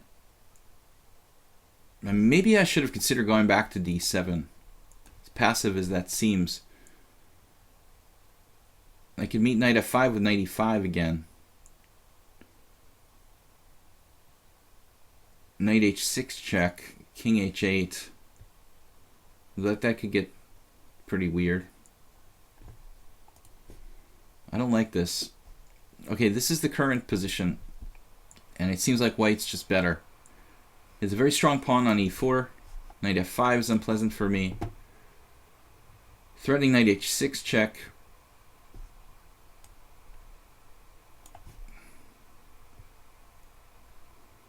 I'm not lost, maybe, but the position is unpleasant at best. Not lost, maybe. I'm very, very confident.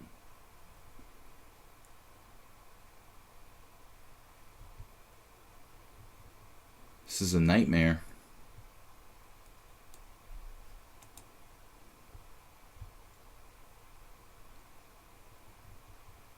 Now he has this knight on f8, f5 forever. Can't afford to give up a dark squared bishop for it. Clearly it was a mistake to play knight e6 here. It seems natural, like in the King's Indian, but I have to play knight d7 and try to go with knight e5.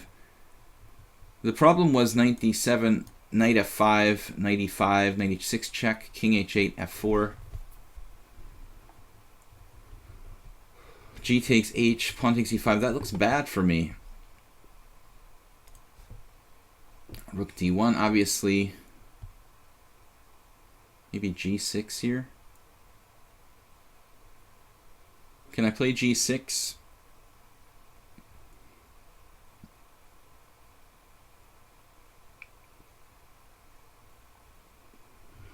g6, knight h6, queen e7.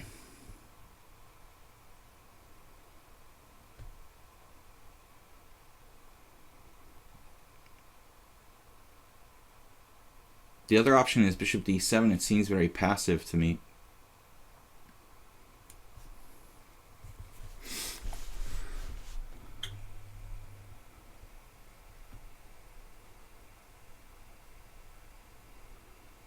I mean, I don't want to give up my dark squared bishop for his knight on h6. Now, this would be like absolute 100% last resort. You know, if nothing else is like a legal move, would I play bishop takes h6?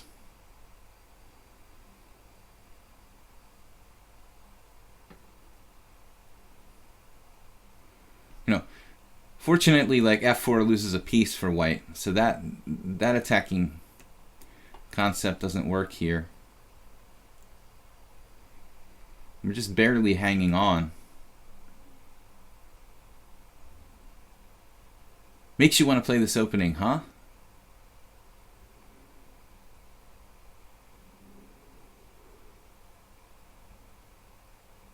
Okay, bishop c4.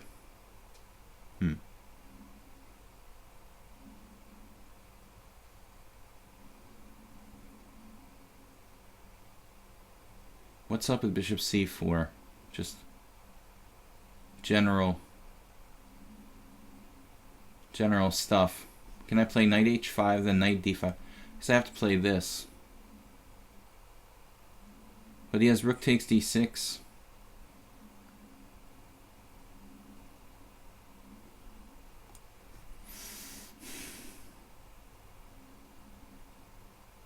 Knight h5.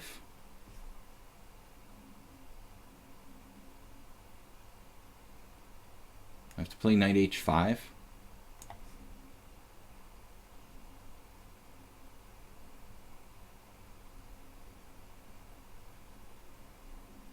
Horribly unpleasant situation for black. I am fairly handy at finding only moves, though. So I find myself in unpleasant situations on a regular basis. I couldn't play c6 there. Now I could play c6. He still has rook takes d6, but then he drops a piece or something. And we can play like c6, maybe f4, knight f4. Also queen f6 hitting his knight at some point.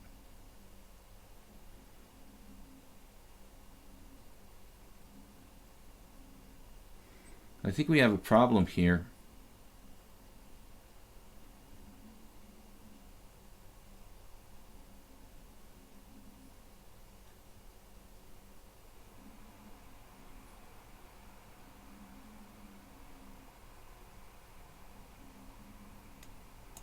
Better play this while I can play it.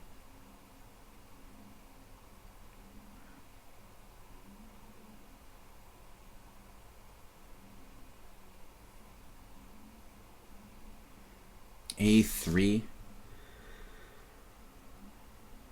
What am I doing?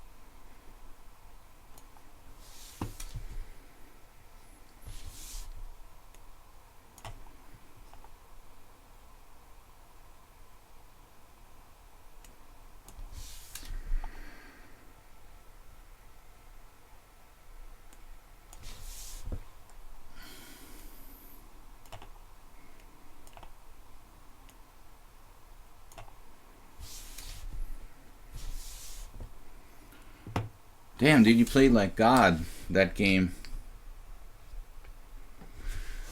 Seriously, man. You're playing pretty strong. Wow. Totally winning for white. Just lost on time. Not having an easy time with you guys. You guys ever make a mistake? I have yet to have a winning position today, and we're basically lost in this one. Mule Skinner... Pelham. Yeah, the Pelhams, New Jersey. Mellum didn't change his challenge to casual. Carlson will be in a Simpsons episode. No, I didn't notice that. I'm still thinking for some reason. Bishop F3, Bishop F8, Bishop G5, Bishop E7, Rook AE1. It looked totally lost for me the whole end. Mule Skinner, Raging Tiger, Liberian, and Dumb Saint. Dumb Saint played once. He has just relevant games. Alright. Number 3 again. Mule Skinner, Raging Tiger, Liberian gets to play. The secret is to come late, Liberian. Now that we're choosing the challenges randomly, I'm going to play E4. We were just totally getting crushed. That was an amazing game by White, actually. He played, I thought, fantastically.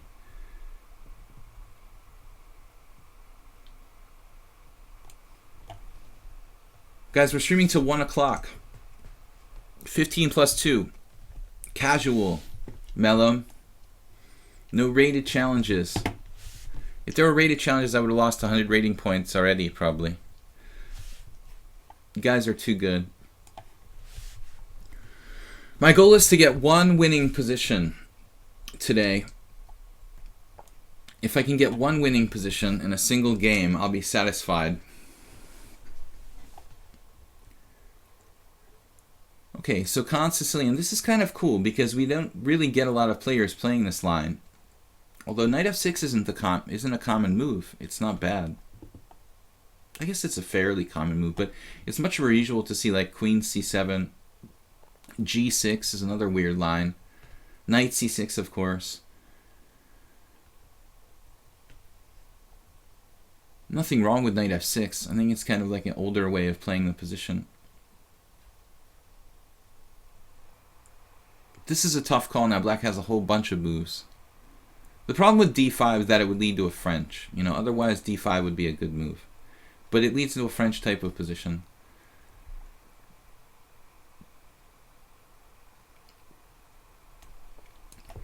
I'll basically play what I normally do. A Marazzi type of formation where we don't put too much value on this bishop. You know, this piece is basically a defensive piece. I'm willing to trade that for a knight. I want to get out quickly, develop my pieces as actively as possible. Maybe think about some kind of f4. Blue Crow says f3 and bishop f3 both liked by the comp. I mean, yeah, strategically, as I said, I'm not really playing the Philidor seriously, but I wanted to experiment with it a little bit lately. This is kind of passive for black. I think it's okay, but I prefer, you know, these like g6 type of setups. I think most players prefer the g6 type of lines. This is okay. I'm sure we'll find a lot of Grandmaster games with bishop e7 as well.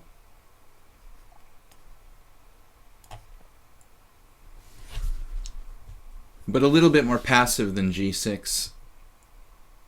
In this particular setup, you know, I mean, the thing is, black has this backward pawn, theoretically, you know, on d6. And in a vacuum, if you play g6, bishop g7, it seems like the d6 pawn would be really weak. But the way that the white pieces are set up, you know, there's no knight b5. It's hard to put pressure on the open line. It's not really easy to attack that.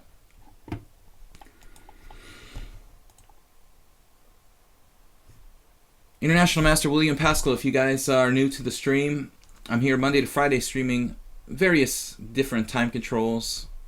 Tuesdays and Thursdays we play both Blitz and Classical. Wednesdays we play Unusual Openings. Now Mondays we're trying to do this longer time controls, and Fridays we're playing Blitz 5-3. Sundays I have a simul at 6:30 p.m. CET. We just finished that last night, so I'm still recuperating from my 20-board simul last night. What about setting up my pieces here? You know, I think queen e2 is pretty standard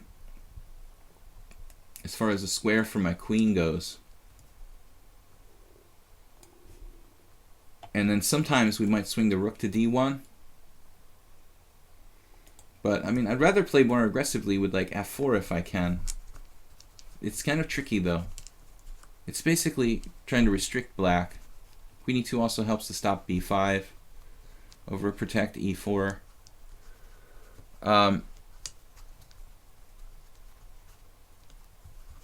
Bishop f3, bishop f8, bishop g5, bishop e7 isn't a move. Oh, it isn't a move. You mean like it's in the book? You're talking about like in the Lichess Opening Explorer or something? I mean, I don't think that position has been played very frequently. Is queen g3 theory? Is that like a really... Because it looks like one of these kind of secret special variations, queen d3. You only find in books and expert analysis. You know, most people wouldn't study that kind of rare line of the Philidor. I think that most people are more familiar with the Hannum variation, where black plays like knight d7 and c6 and bishop e7 and just maintains the strong point. This whole fascination with e takes d really started with Nisipianu, and later, as I said, Prdojevic and other guys too. Although you don't really see it above the 2700 level. Nisipianu is kind of the borderline. He's willing to play some kind of fishy stuff that other 2700, 2680 types don't usually play. Okay, enough of the spiel now. Maybe bishop g5 here, although I normally wouldn't do that with the bishop on e7. I think tactically it's justified. I generally don't like to go bishop g5 in this kind of situation where it's an old Indian type of formation. I don't really want to exchange that piece off. But for some reason, none of the other squares really appeal to me for the bishop. We could try b3 instead, I guess. Here's a good question. Queen c7. Do we want to oppose his queen? Do we need to play b3? He's going to put pressure on c4 now. There's also queen c5 type of ideas.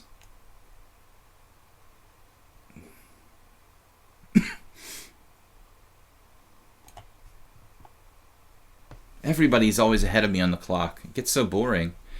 I'm tired of being behind on the clock. You know, no matter how fast I play, it seems like it's not fast enough. You guys are always ahead of me on the clock. But ask yourself, what is the reason why you're ahead of me on the clock? You know, if you just naturally play that fast, that's fine. But if you're playing fast because you're afraid to be in time pressure, I think that's a bad reason to play fast. You know, don't fear the time pressure. Like, learn to embrace the time pressure. Time pressure is like an inevitability, and it's going to happen to everyone. And you need to not panic when you get in time pressure. So it's probably not a bad thing to actually kind of embrace time pressure and learn to deal with it. Bishop b7 is going to be something. Although black has queen c5 type of ideas here, so I think I need to play f4 and then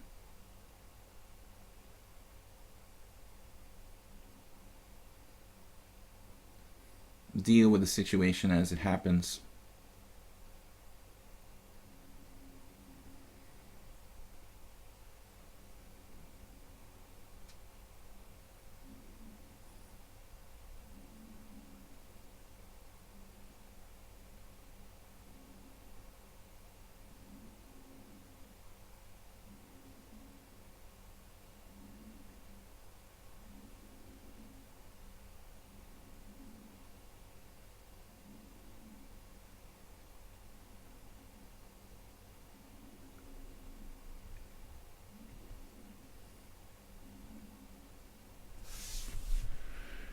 Alright, so don't forget to check out my YouTube channel, Video Chess Training on YouTube. We've also got the Simul on Sundays. If you guys like and subscribe on YouTube, it's appreciated because we're not gaining that many subscribers lately. And if you have suggestions for topics for videos, lately I haven't done any like Grandmaster game analysis, but I feel like those are more popular. Bad news, guys, I misinterpolated my moves. I meant to play king h1 first, but I played f4. Then I was like, and Liberian saw it. So, looks like I just lose a piece. Looks like I just lose a piece. I meant to play king h1 first, but got excited and played f4 because I was already 2 minutes behind on the clock. So I guess I could just resign here and start a new game. But I practically told him. I told him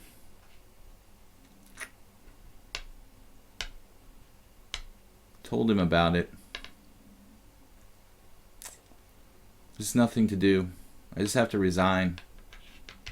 Alright. I just dropped a piece.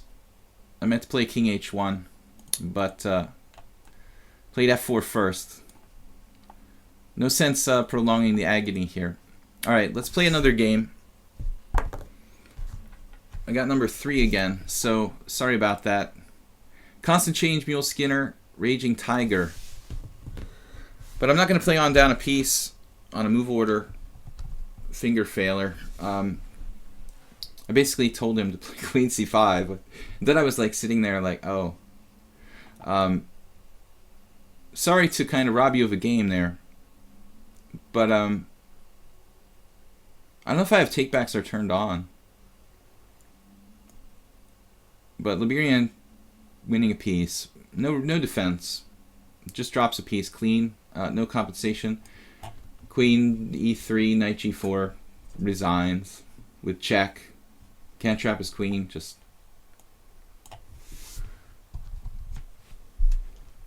I just lose a piece. That's why I resigned.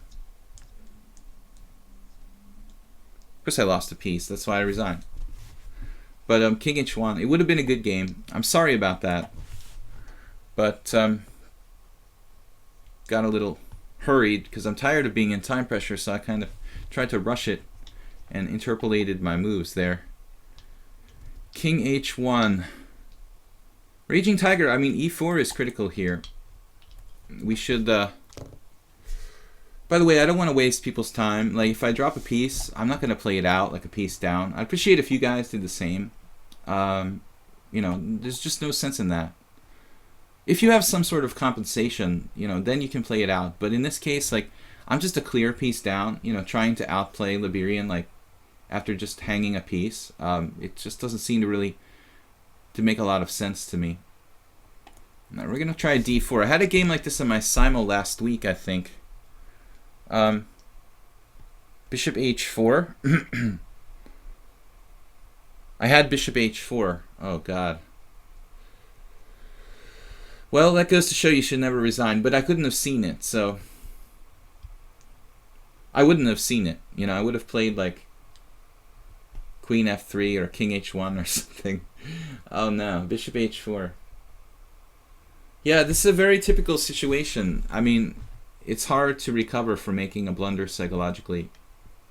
I just didn't see Bishop H4. I was looking for ways to trap the queen with, like, Rook D1 or...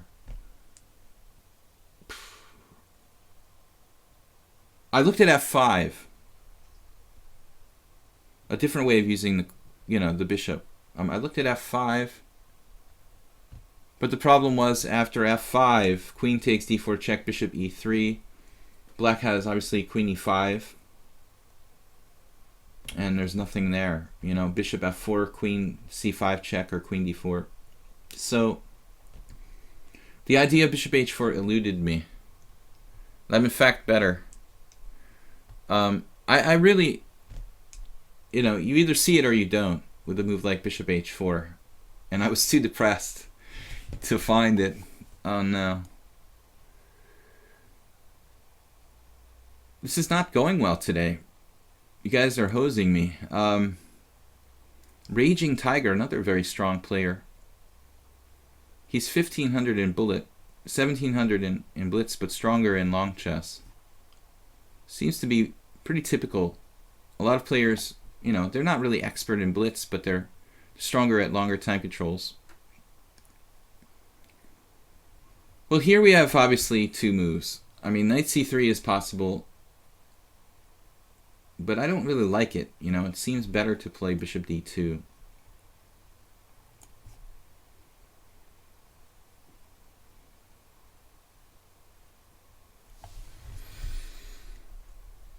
Bishop h4 would have been the only move, and a beautiful move, yeah. Then is queen c5 even black's best move? Interesting question. You know, is in fact queen c5 Liberian's best move? If I have the resource bishop h4, I wonder, was queen c5 even the best? So here, if e takes d, we have knight takes d4. Objectively, black is equal here, I think. Knight f3 is kind of a rare variation played by this Russian grandmaster who I really noticed. What's his name now? I said it before in a previous stream, but I forgot. Very rare line. If you look up this position, it's not too many people who play this. Having problems with memory loss. Engine is queen c5. Anything else is passive, I guess. But it seems like his queen is going to get kicked back. Okay, so bishop takes b4 is one possibility, and then knight takes d4 is the other. Knight takes d4, knight takes d4. Bishop takes b4, knight takes d4, knight. Yeah, I mean, the bishop takes b4. The thing is, his knight looks misplaced on b4, doesn't it? It looks misplaced. Yeah, I think there's something to be said for that. Though he could have some weird tactics. Bishop takes b4, knight takes b4, knight takes d4. Queen f6, threatening queen takes d4. And then I have to play like e3. And he has c5. In that position. He just goes berserk tactically. And then there's like queen takes b2. Check that out, you know, if you want to analyze the tactical line. Like knight takes, sorry, bishop takes b4, knight takes b4, knight takes d4, queen f6.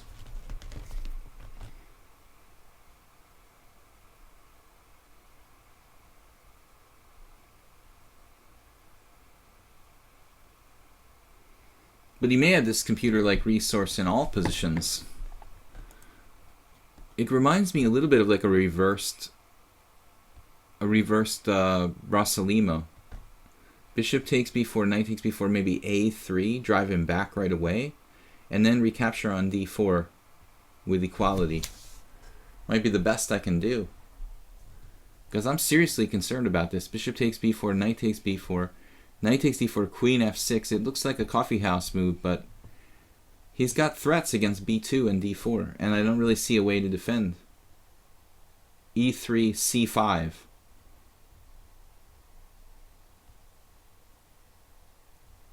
No defense for me. Winning b2.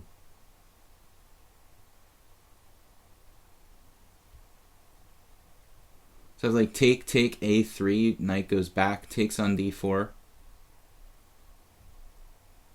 with approximate equality.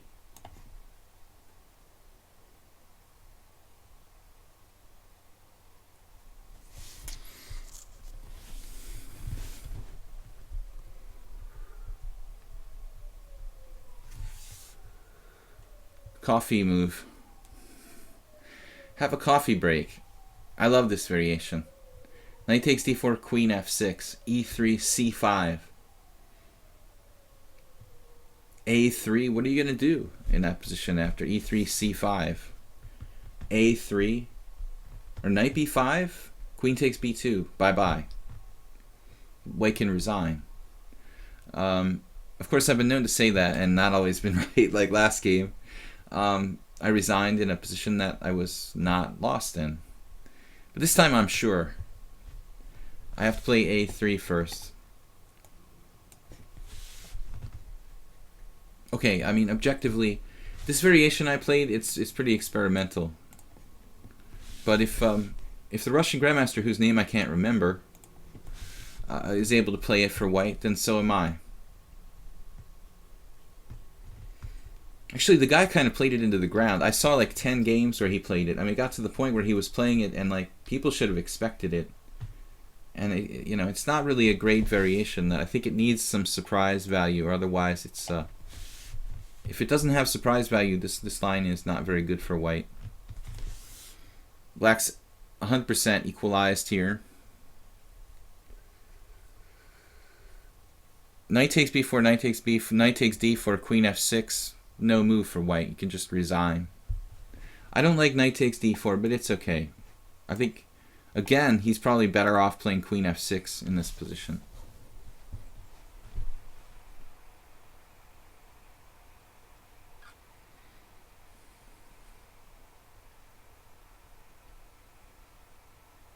The black has many moves. I mean, knight f6 is okay.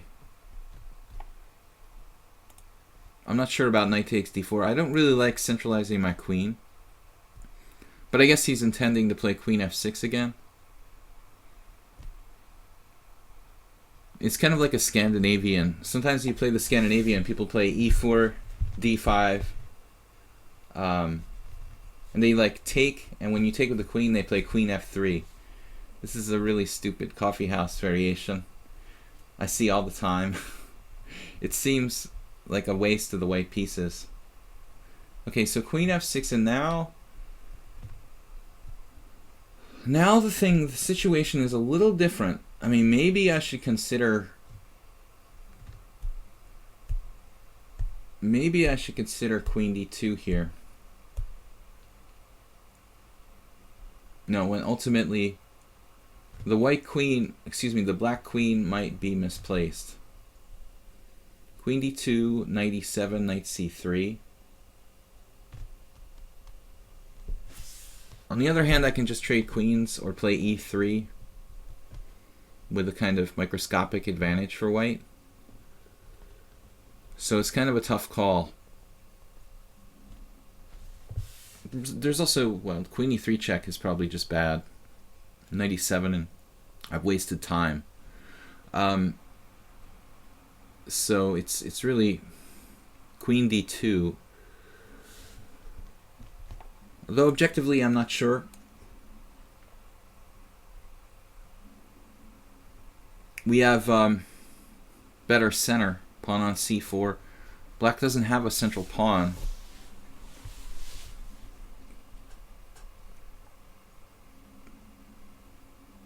Plucro say what? Queen d2 takes away the knight square. What are you talking about? You like the d2 square for your knight? I think we have a better square.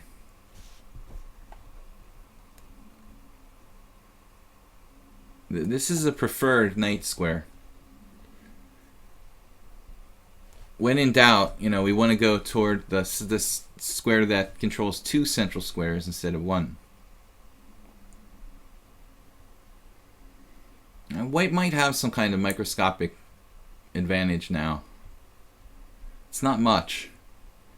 And I don't really like having had played, you know, having to have played a3, had played a3, because it weakens my queen side a little bit. This is kind of like an unnecessary weakness of my queen side. So it's not really optimal. a6 looks strange. Raging Tiger has a kind of weird tactical idea of maybe playing like queen c6 here.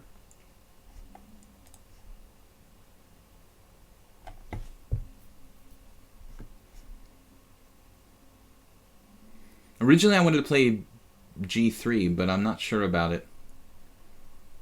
Though we might be able to play it as a pawn sacrifice. g3, queen c6, e4, queen takes c4, and just sack the pawn, like rook c1 or something. Rook c1, queen e6. We have pretty good compensation there. Probably worth considering. g3, queen c6, e4, queen takes pawn, rook c1, queen e6, bishop g2, castle, castle, and white does have compensation, but I mean, is that really what I want in life, you know, to have compensation for a pawn? I don't know. Raging Tiger solidly ahead on time like everyone else.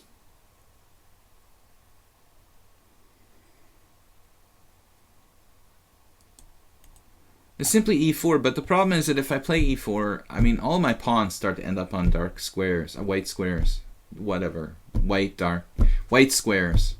And then my bishop is bad, and I have weakness on the dark squares. So I don't really necessarily want to play. Interesting to play like rook c1 first, actually. Let's try that. Shoring up the c4 pawn. I mean, black's not exactly blowing me away here in development. Castle queenside. Okay, DST, that's a very aggressive idea, but I don't really like it, and I'll tell you why. You know, I mean, I think that I could potentially have some play along the half-open file here, in a lot of variations where I like go knight d5 and stuff, DST. And there's also not enough pieces on the board to really justify castling queenside for some kind of opposite wing attack. No, I don't think so. I don't think it's... Not that it's not maybe playable, but I don't think so. For bullet chess, it would be interesting. Here, I think there's just... you know, a position where I really, you know, I'm probably going to like want to use the C and the D files for my heavy pieces, you know. I don't really want my king. Maybe DST was just joking, but I think it's a really kind of half insane way to play, honestly. Now we have knight d5. I think this is basically like winning.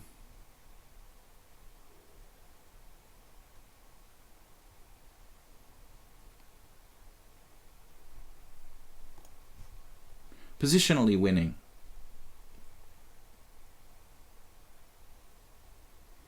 This happens a lot in like the Budapest Gambit. This is basically like a Budapest Gambit pawn structure. Yeah, well, I mean, instead of having my king on c1, I have my rook on c1, creating like massive threats along the c line. Blue Crow, what, 11 g3? Oh, 11 g3. Queen c6, e4, queen takes e4, rook c1. 11 g3, queen c6. Oh, I forgot that my bishop's still on f1. Good call, Pukro. So g3 might have been good as well. Raging Tiger moved pretty quickly here. But c7 is just falling.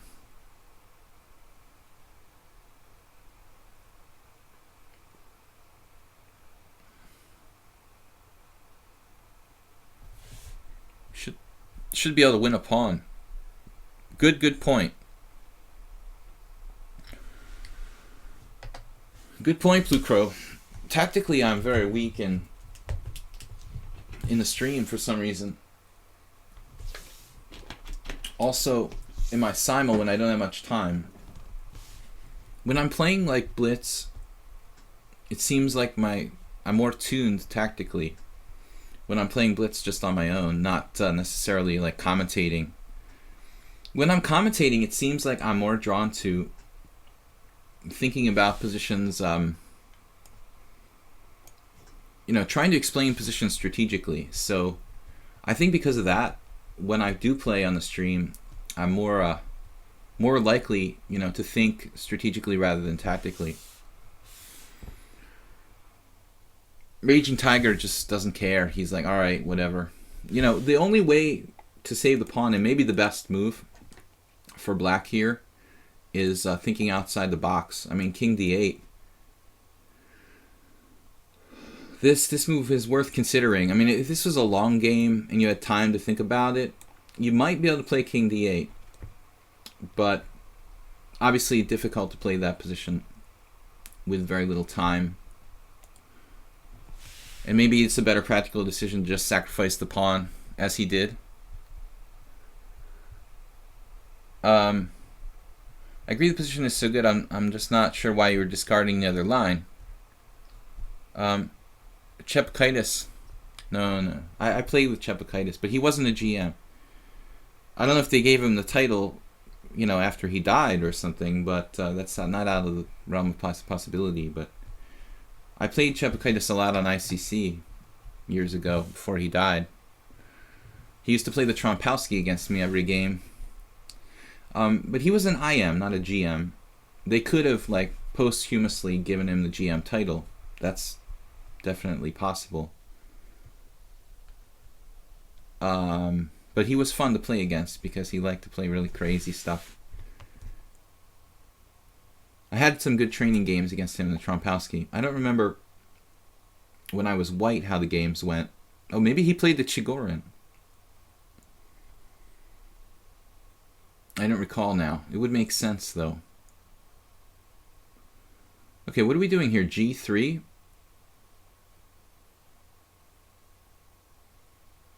Looks like he's going to get some compensation.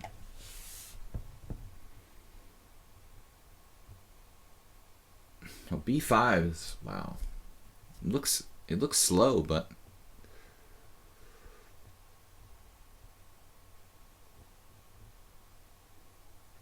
well, whatever I do, I mean, it seems like he's going to get some kind of compensation.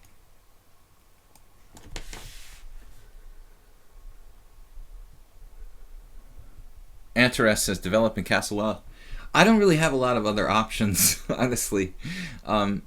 We need to make a pawn move, then a bishop move, and then castle. But I don't really think that Black's sacrifice was necessarily sound. He does seem to have some compensation. He's also very fast. Guys, we're streaming for another 50 minutes. I'm not sure how many games we played. 1,700 in Blitz. He's faster than me, but he's 1,500 in Bullet. People are generally afraid to get in time pressure, though. You know, they're not. And then oftentimes they fall apart because they get nervous. You know, I don't get nervous too badly. I mean, I do a little bit, but most people, you know, I may seem nervous, but Alexander Ivanov and Walter Brown were like two of the best blitz players and time pressure players I've ever seen. You know, Walter Brown was one of the best blitz players in the United States, and he seemed on the outside extremely spastic and nervous. And I'm maybe the same, but you know, the important thing is the inside, you know, how you are on the inside. It's not that important how you are on the outside. Now here, h4, it's worth considering, but I'm kind of like thinking I should conserve time, you know. I'm not going to bother to worry about it. I mean, I really need to develop. So when you are facing one of these nervous players like me or Walter Brown or Alexander Ivanov, you know, just because it looks like he's having a heart attack doesn't mean he's going to ever make a mistake. Alexander Ivanov would like hyperventilate and like turn purple, and then he never blunders. Sometimes he loses on time, but he'll never make a mistake. He would sooner lose on time than like make a bad move, basically. Walter Brown was very similar. But the point I'm trying to make is that people have a tendency to they're terrified of being in time pressure. Like, I'm not going to be in time pressure. My tournament opponent yesterday, he like sacrificed an exchange on move 40 with like 2 minutes on the clock for no reason. Because he was slightly worse. He was like panicking. There was no reason to sacrifice the exchange. The guy just started to freak out because he had to make like one move in 2 minutes or something.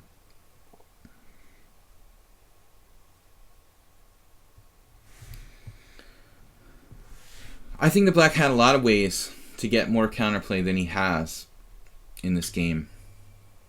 You know, the h5, h4 thing, objectively, he needed to just develop his bishop. You know, and I think even b5 might have been a mistake. I mean, maybe he should just jettison the b pawn as well.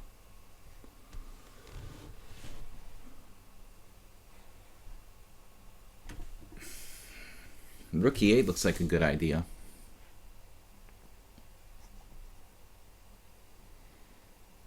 All right, let's complete our development here.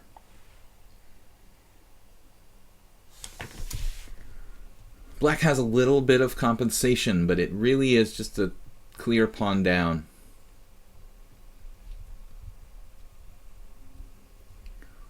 More or less. He's relatively active. So anyway, to make the long story short,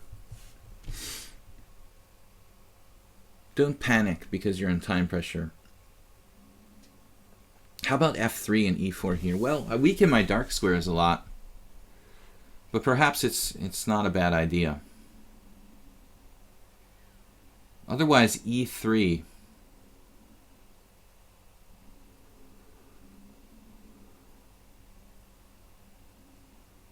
This could get kind of awkward. Although e4 might be better than f3.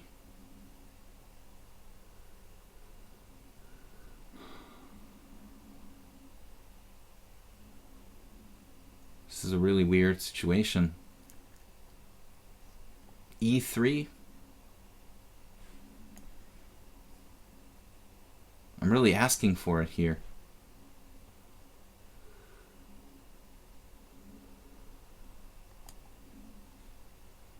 Maybe I should play this.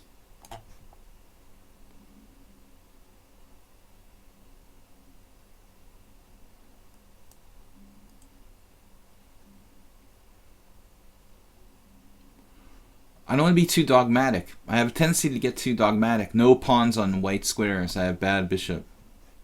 I think here I need to make an exception.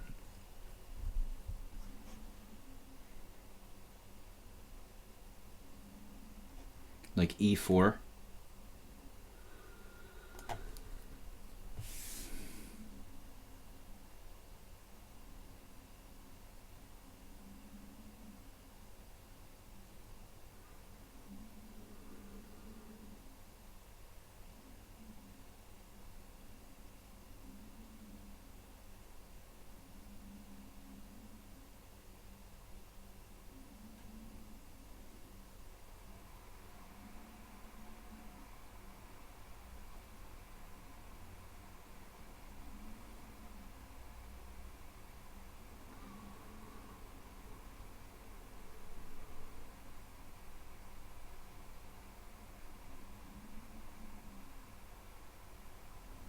Probably worth considering f4 here.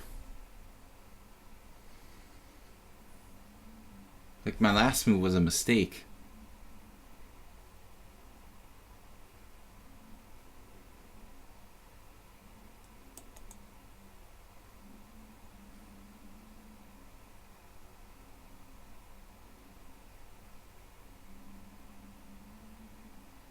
Maybe not. But now it is.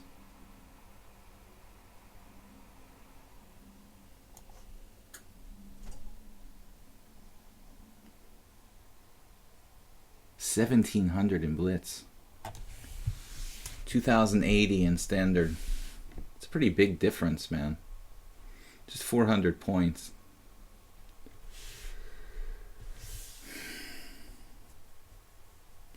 Looks like I blundered here. If he takes on f3, I can pin him with my rook.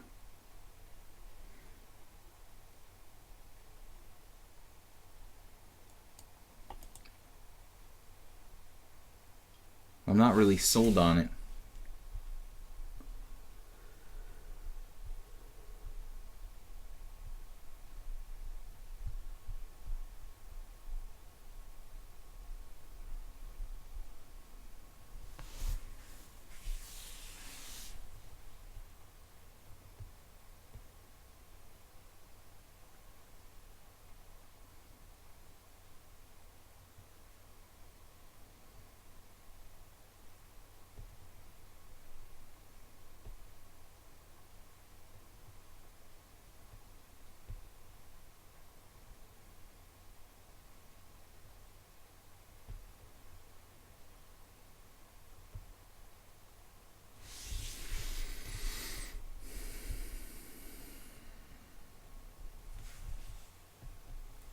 I think I haven't outplayed one opponent today.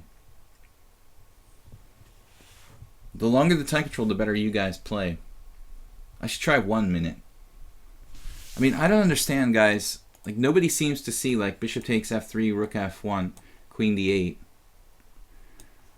When it looks like my best would be to sack the exchange with rook takes f7. And I'm fighting for a draw there with a pawn for the exchange. So the whole family missed the point there. I'm going to play rook c6, guarding my rook. But all you guys missed it. There was a funny game in my team championship yesterday where a guy hung his queen, and just for emprise to a knight, and both he and the opponent, who were like 1900 FIDE, didn't see it, with time on the clock. Mutual hallucinations. Yeah, bishop takes f3, rook f1, queen d8, rook takes f7, king takes f7, take on f3 with pawn for the exchange. Black is probably better. Maybe I can hang on there, but it was not what I was looking for. Now it looks like queen e5 is a mistake.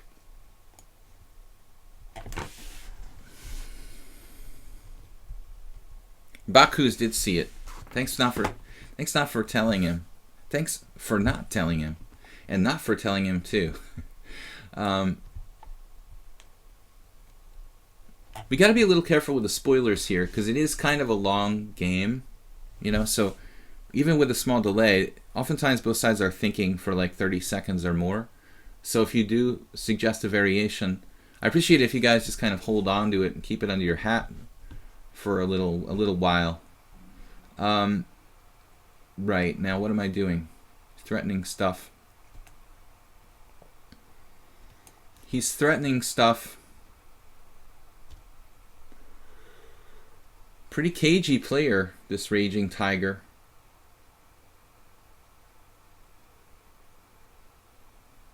He's got tactics. Rook takes e4 was threatened there. Now he's got more tactics. Queen h6. And like, I have to go back, it looks like. One would think I was winning here, but it's not so easy.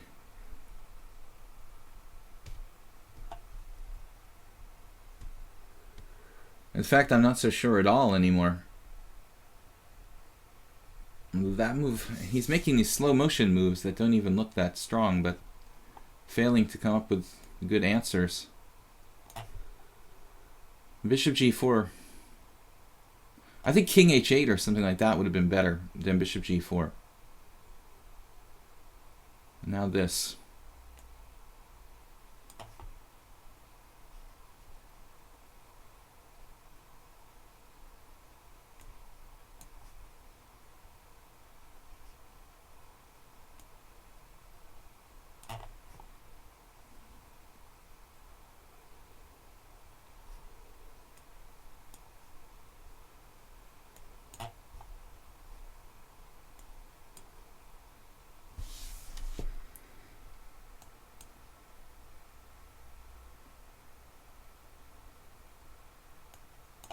He's pretty fast when he needs to be.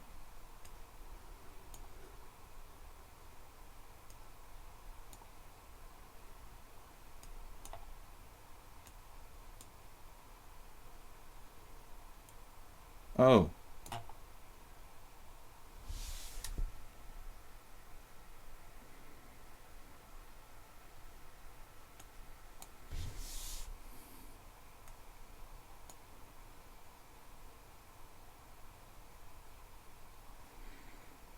All right, man. Another terrible game where, you know, we're both missing like bishop takes f3. All right. That was the only really bad moment. I mean, other than that, the game was okay. I mean, he had some compensation for the pawn. Guys, this might be the last game today. We've got one more. Filthy Seabass. Well, it's basically, we need to flip a coin here because there's only 2 challenges. So, flipping the coin, and it is tails. So we're going to play Dumb Saint, 15 plus 2. Bishop takes f3, queen f2. Oh. Are you serious? I had queen f2?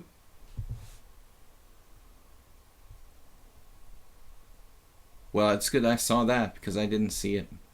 I'm sure he saw it. I didn't see it. Alright, Dumb Saint. He was actually excited about... Dumb Saint mentioned that he was excited about the idea of a longer time-controlled challenges.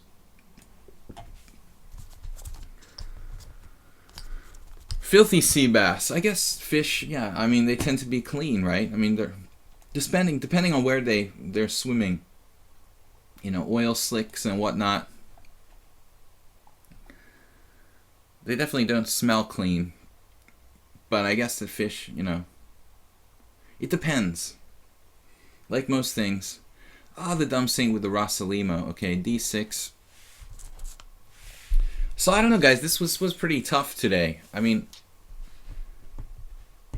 oh no, no, please no. Really, our last game you have to play this variation? Oh God, I hate this line for black.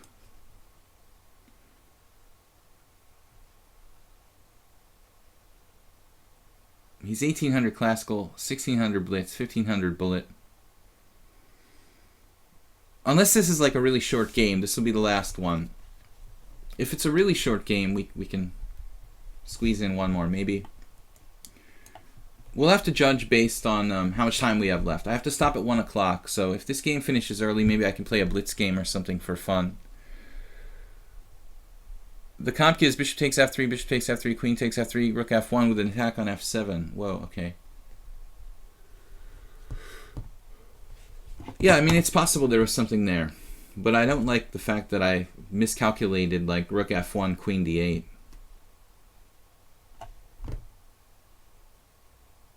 What did I just do? What? I just didn't defend c6. What is wrong with me today? Too distracted. I'm going to ask for a take back here. This is obviously just a blunder. Dumb saint. But if you want, I can resign.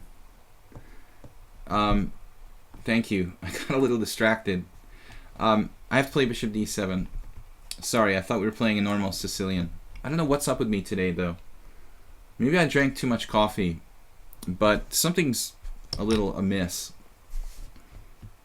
Sorry, I thought we were playing a normal Sicilian for a second. I guess I was being optimistic. That's our this is like my least favorite variation in the world, probably. The check over. I just automatically played knight f6 like it was a standard Sicilian. Sorry, guys. No sense in resigning in 6 moves, though. Alright, now I can play knight f6. That isn't chess anymore. No.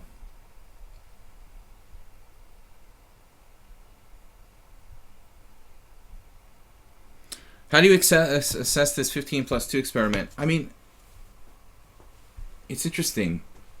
I don't really play. I've never really played this time control, and like most time controls, anywhere between 5-0 and slower time controls, I think it's very, very hard to manage the time, because in one sense you feel like you have like a lot of time, but it's just sort of deceptive because you don't really have much more time than a blitz game. So it's like I'm sitting here relaxing, trying to commentate, and then next thing I know, I'm like 5 minutes behind on the clock.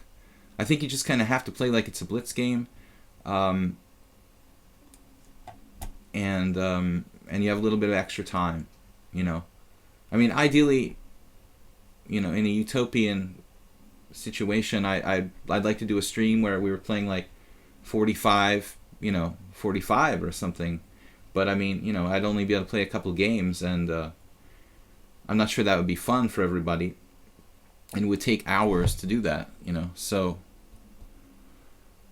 I mean, you could play slow games too. To answer your question though, Baku's, I think the time control is deceptive. I felt like I would have more time than I do, and I want to have more time, but I just keep getting like 5 minutes behind every single game on the clock, and then doing stupid stuff like miscalculating. I don't have any Palinka, no. I don't drink in the morning, and there's no excuses other than the fact that maybe I had a little too much coffee this morning or something.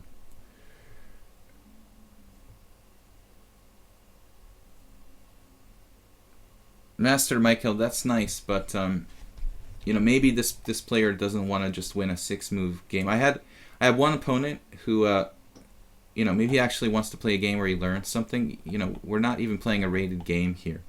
I don't think that it's about winning and losing, Master Michael. I think it's about like learning something, which is something that's difficult for people to appreciate. You know, there's like a little more to chess than just winning or losing. And I do give take-backs to people sometimes. The idea here is that we actually play some quality games and learn something from it. You know, and I know that's very difficult for some people to comprehend, but that's the concept. That's why I don't play bullet chess, and we try to play quality chess and actually learn something. Now, I have been surprised by how badly I've played, first of all, and how fast everyone else is relative to me. since I am an international master with a rating around 2,400 FIDE, you'd think I would do a little better. But our average opponent is around 2,000, which is pretty respectable. Master Michael, you don't understand, dude.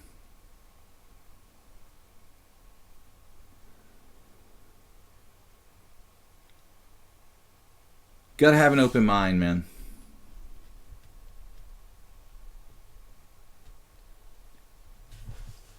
You should go play some bullet chess.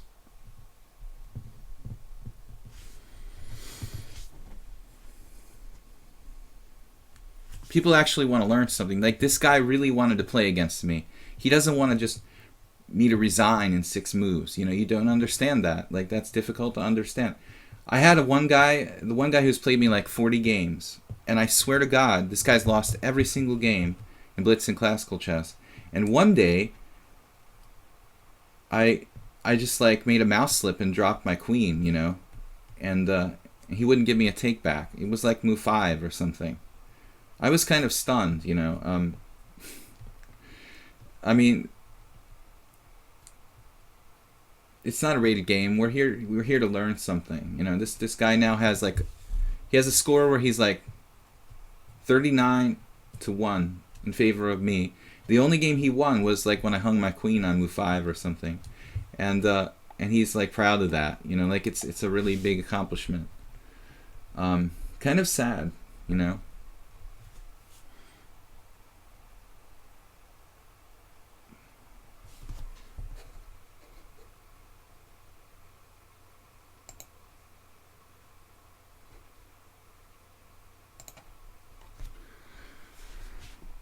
If you're wondering why you don't improve, there's probably a good reason.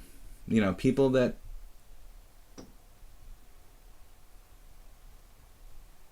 you can't argue with them. They can't think a different way than they think, you know. If you stop learning, if you stop having an ability to accept that there are other ways to think about things, then you're never going to improve. Here we have a situation I've talked about many times. This bishop on d7. I don't like trading pieces when I'm playing for a win, but this piece is oftentimes a very, very serious positional problem for black, in the Rasalima in particular. Here I'm probably justified, though. I think you can take back with the pawn, because I gain a tempo, but I still don't like my bishop on d7. And now this is a very tough question: taking on e5 or playing knight to d5. Excuse me, knight to d5 here.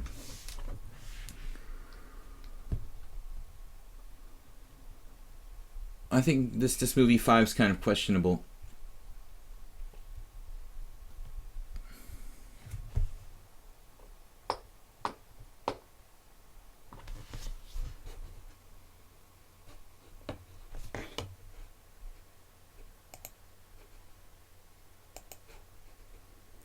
All right. Anyway, detracting from the stream. Argumentative behavior. E5. I don't know here.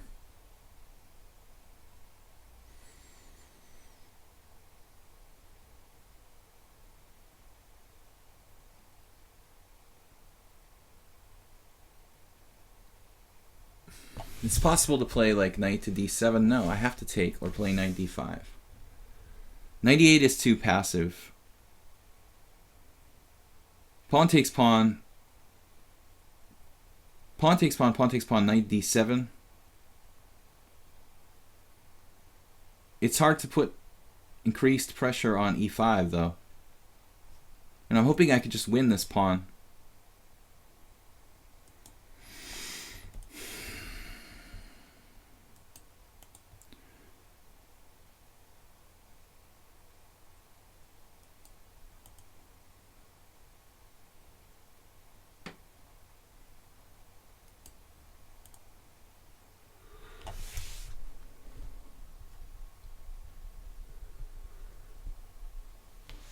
You're psychic.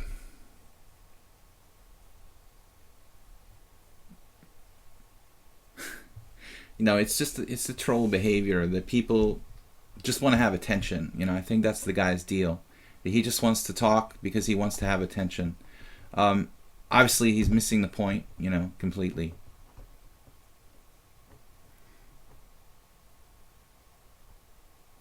This is a tough position. I mean, knight d5.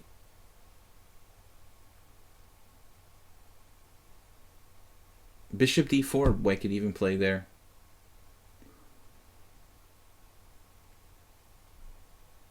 Though knight d5, bishop d4. It's probably better for him just to play knight takes d5. All right. I guess my best chance is to take on e5 and hope that this pawn on e5. You know, we're gonna just hope the pawn on e5 becomes a static weakness and we can pick it off.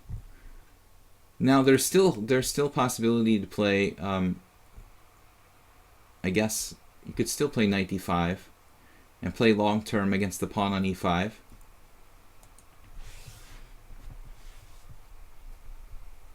Knight d7 isn't bad, but it's kind of passive. The knight is very passive, right? Like knight d7, bishop f4. He has better ways of defending. Queen h5, for example. What about that knight d7? Knight d7, queen h5, queen a5.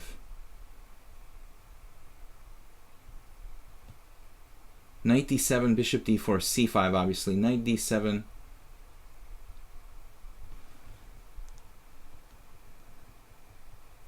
There's also trading queens. I mean, gives him the file, you know, and that could be a source of counterplay for White. So this does seem a little bit passive, but then there's some ways he can sacrifice a pawn, maybe.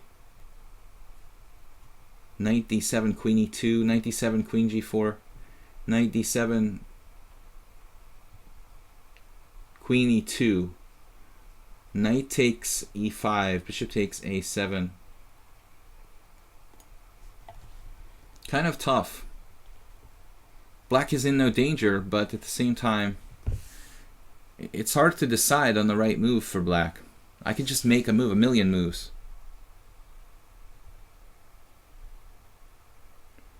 Filthy Seabass, if I was given the privilege of playing the IM, I would be mad. I won on them by them resigning because of an obvious... Well, it was like I wasn't really ready to start or something. I just was talking and got distracted, but I can resign, great. And then so the guy doesn't get to play a game. It defeats the whole purpose. I'm really tired of talking about this now. I didn't want to ban the guy from the chat, but he was just like belligerent and wouldn't stop. So it's I wouldn't normally ban somebody from the chat for it, but he just wouldn't stop. You know, it's just distracting and annoying. So bishop c5, trading that bad bishop. It looks like here, though, I have knight takes e5 in some way, like queen c7 followed by bishop f4, bishop c5, or queen c7 followed by bishop f4, queen c7. What? He's got no way to defend this pawn.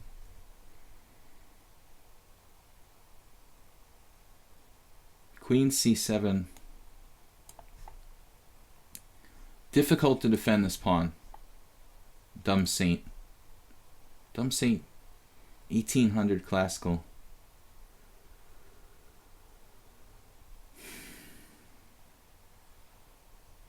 That just reminds me of the guy, you know, who beat me like one time because I made a mouse slip and wouldn't give me a take back. Man, dude, you're like missing the point, you know. We're trying to, like, I'm trying to learn, you're trying to learn. You got to think outside the box. It's not about just winning and losing.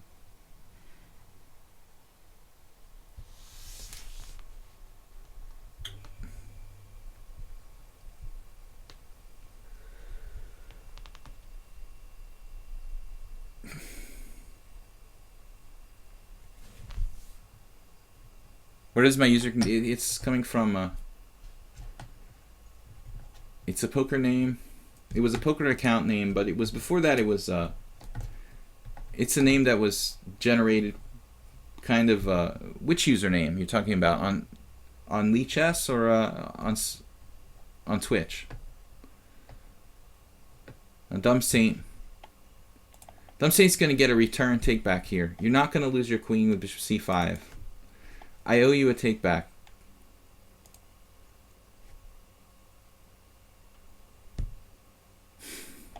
I owe him a take back. We're not going to do take backs, but I think under the circumstances, I'm gonna give him a take back here.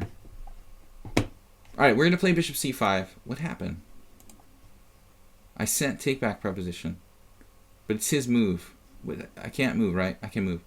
Now we're offering him a take back because I owe him a take back, but that's it.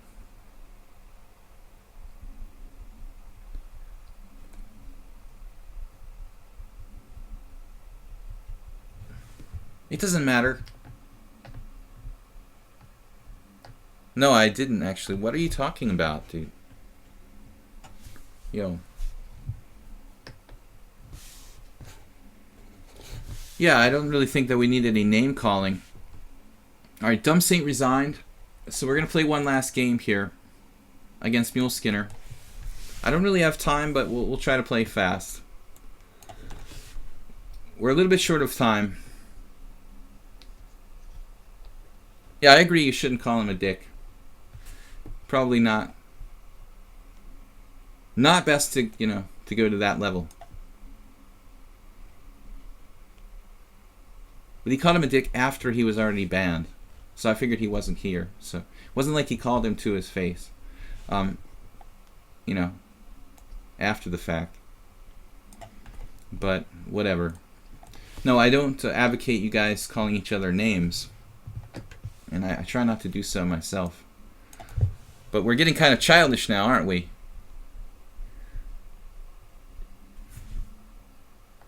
We're getting kind of childish in the chat there.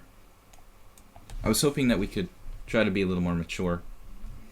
No, I just don't like antagonistic people who are like seeking attention in the Twitch chat. That's a tipus that we've had a lot of, and I don't have a lot of tolerance for it. All right, Mule Skinner is playing a variation that I first encountered like around 1993. Play it like Nesbedinov. What does that mean? Nesbedinov didn't really play c4 Bakus. I mean, he might have, but I mean, not that I recall. Now, bishop b4. I don't know what to call it. For lack of a better name, I call this the Michael Brooks Gambit, because he was the first one who played it against me.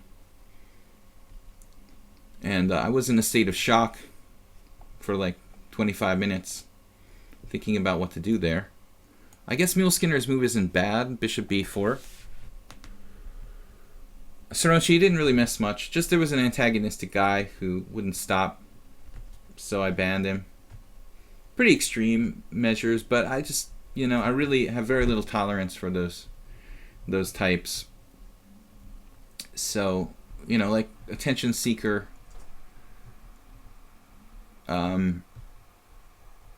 They want the focus of the Twitch chat to be about them, and I just want to focus here on chess, so nothing major. Someone called someone a dick. We try to keep the language here family friendly. Knight on g to e2. Nesbedinov was really aggressive. Yeah, I mean, I can be aggressive too. I like to play like Nesbedinov. I mean, you don't know me, but I think that you have to see like really a lot of games by someone to. I'm pretty solid. I'm more solid than Nesbedinov, definitely. But I also have a lot of appreciation for Nesbedinov. I mean, he's definitely one of my like top 10 favorite players, and I actually do play the King's Indian and some systems that he was familiar with. Actually, because of Nesbedinov, I play like e4, knight f6, c4, d6 systems. Castles here. looks like we have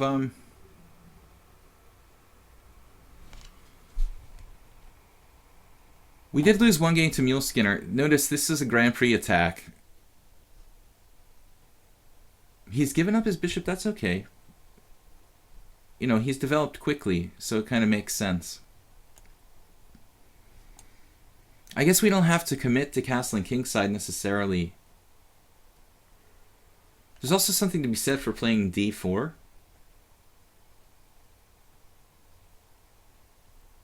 It's tough to play Mule Skinner because he always plays this line. And I prefer open positions to closed positions.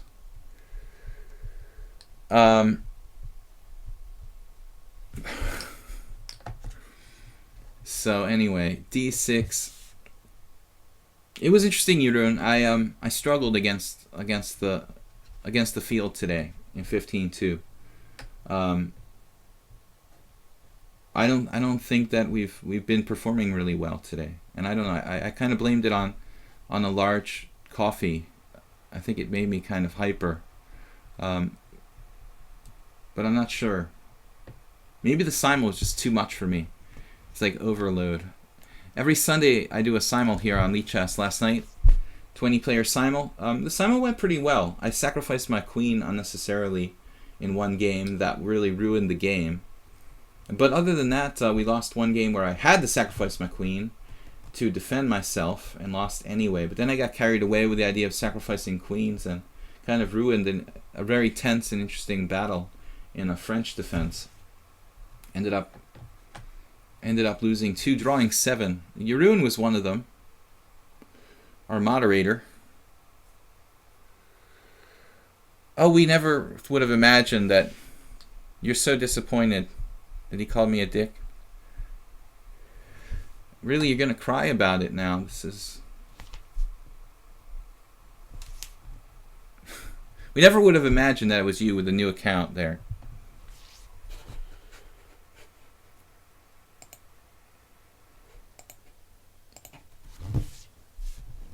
Person who wants so much attention here that they're actually detracting from the stream with very stupid arguments about the takebacks aren't cool. You're just wasting our time completely, and I'll just ban your accounts endlessly because it's just all about you like getting attention. It's very, very irritating and childish. You're like 11 years old or something. Actually, most 11-year-olds are more mature. Anyway. Queen e8, this plan I don't know about here, you know, with my queen on d1. I'm not sure that's really optimal. There's some other points though. Maybe he has some frontal, some lines the queen might be useful. This way, also along the a4 e8 diagonal.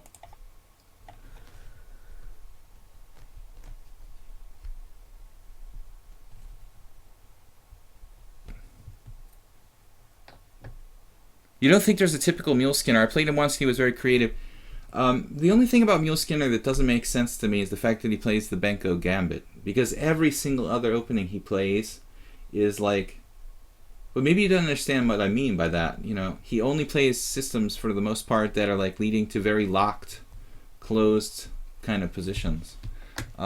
It's very frustrating if you want to play an open game to play against this opponent because you cannot get an open position. I mean, he practically forces you to like, it's like wrestling versus like boxing, you know. It's like when you're trying to fight with someone and you're a boxer and you can't get out of the wrestling kind of style of fighting, you know. That's how I feel when I'm playing against Mule Skinner. I want to box with him, but I can't. He won't let me box. You know, all I can do is like wrestle. You know, and I'm not really as good at wrestling. So that's where I'm at. You know, if you draw an analogy to it. Against me, he plays a crazy tactical line in the French. Yeah, actually, well, he plays the French, right? Which is not known for open positions. But maybe Baku's... Who's this? No, sorry. Who was that? Oh, Crusader of Hope. Maybe you just don't have as much of a hang-up with playing closed positions as I do lately. I like closed positions, but I need like an hour on the clock to feel comfortable playing closed positions. Like I can find the best moves. Otherwise, I feel like we're just choosing moves at random.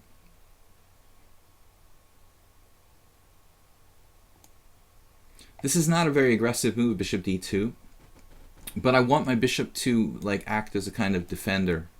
I mean, normally in the English, you're like playing b4, b5, and maybe trying to put the bishop on b2. But in this situation, we have to be wary of f4 by Muleskinner. So that's why I'm electing to put my bishop on a kind of conservative square here on d2.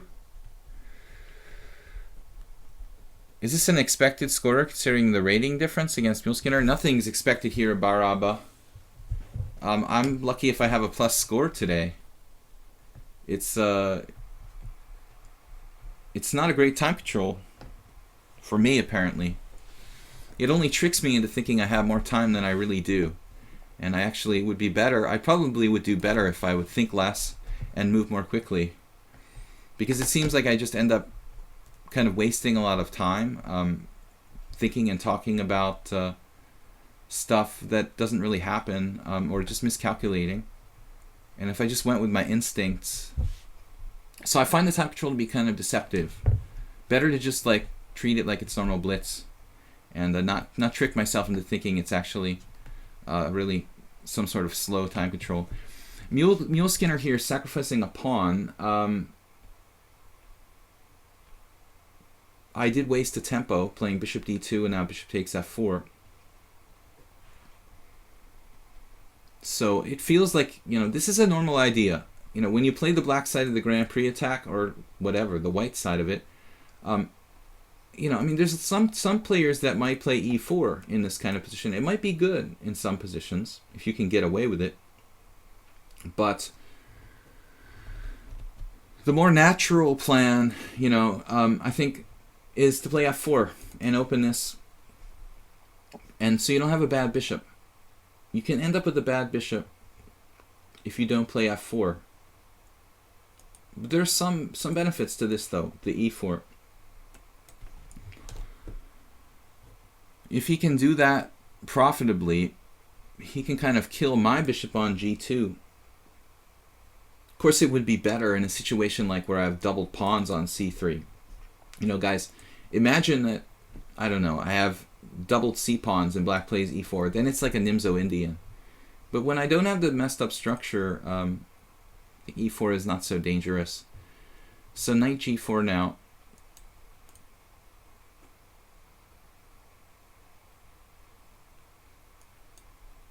Some compensation for black here. I know I'm just stuttering a lot, but my instinct tells me that black doesn't have enough for the material here. But that doesn't mean I won't make a mistake.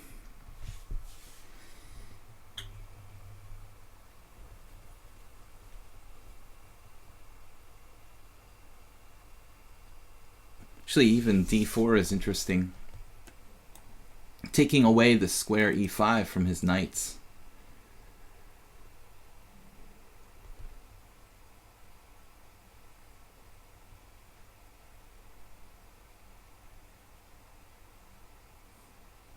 We have a lot of good moves, though. I mean, knight to d5. If he ever plays queen h5, I play h3. I just don't think this is enough for black. Exchange sacrifices on f4. I kind of doubt it.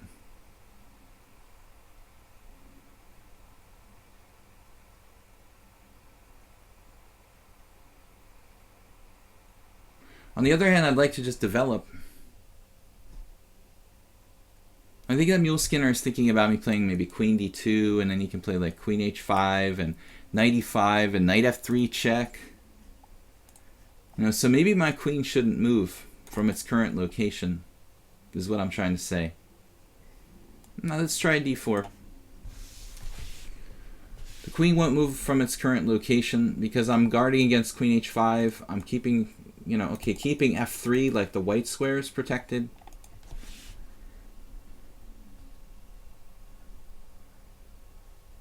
Carlsen is a noob. Yeah, we know. Do you think that doing closed openings are bad compared to open openings? No, DST.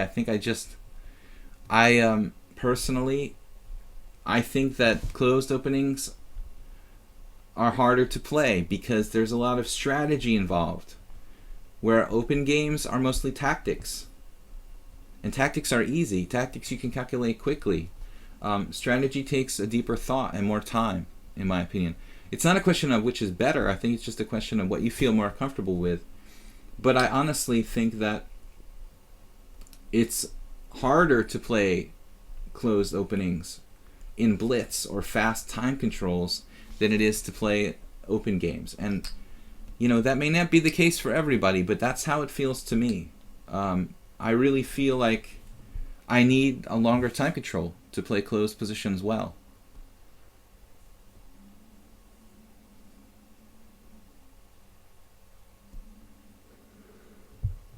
Does it cost money for lichess? No, lichess is completely free.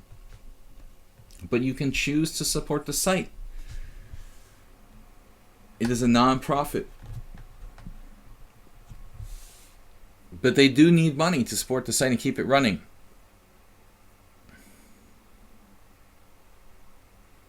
I don't personally like Carlsen's style. I think that he's a kind of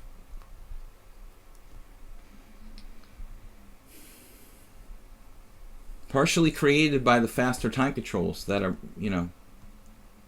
more prevalent now. He's very, very good technically. Very, very good in practical sense. But I don't really think he's plays beautiful chess really, or very deep necessarily chess. I think he's just an excellent, maybe the greatest ever practical chess player ever. And I played Magnus once. I've told the story a million times. It was evident when he was 15 when I played him. He's insanely good technically. He was playing endgames like an old Soviet grandmaster when he was 14 or 15 years old. And it was very obvious that his style was extremely practical. But I don't think that he's a beautiful player. I don't think that he's a brilliant player. Some people might take offense to that, but I don't see that. I think he's just the greatest practical chess player ever. What does practical chess means? It means that it works. It wins. He wins games with technique.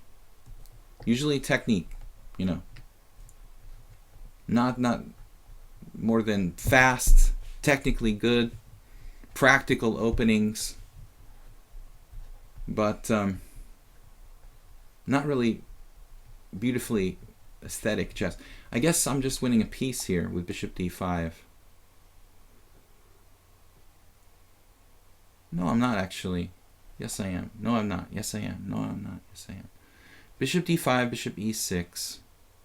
Bishop takes e6, queen takes e6, d5. Don't count your chickens before they hatch.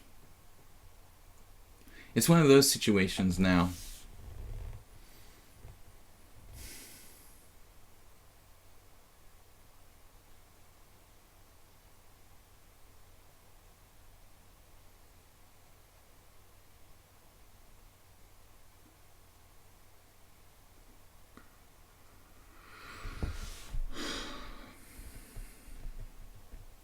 Bishop d5, bishop e6. Queen takes g4 is not really good. I'm just trading pieces and giving up my white squared bishop. Bishop d5, bishop e6, and another premature resignation. So that's at the end of the stream today, guys. But here Mule Skinner probably shouldn't resign because you have bishop d5, bishop e6, bishop takes, queen takes, d5. I also resigned prematurely in one of my games today. And now I just have a feeling there's a lot of weaknesses, Queen g6, pawn takes knight, rook takes f4. And if I take on f4, you play knight, discover, check, winning my queen. And if I take on f4, if I don't take on f4, if I play queen d5 check, I mean, it doesn't change anything. I could take on b7. That's probably my best chance.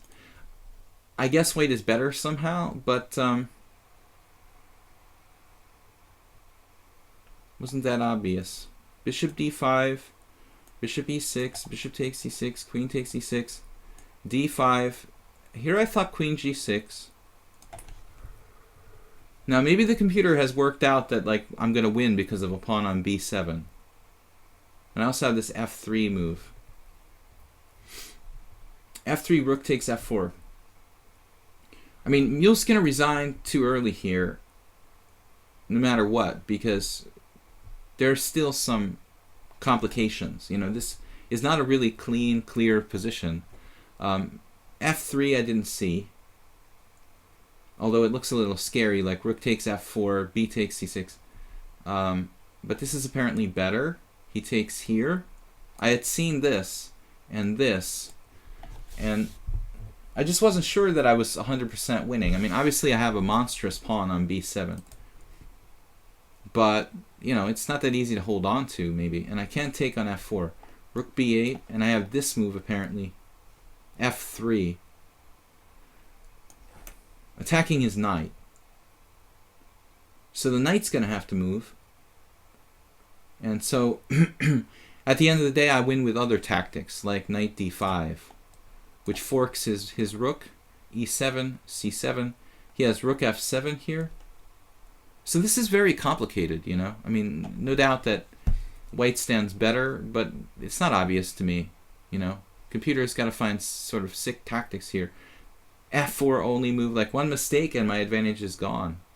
f4, knight g4, and I've got tactics on the back rank. It looks like queen e2. And so I would have had to see quite a bit to actually to execute Muleskinner here.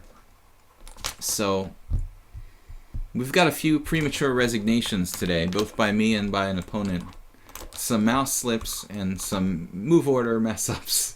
I already resigned one game where I lost a piece, and I thought I lost a piece, but it wasn't necessarily lost because I missed a resource.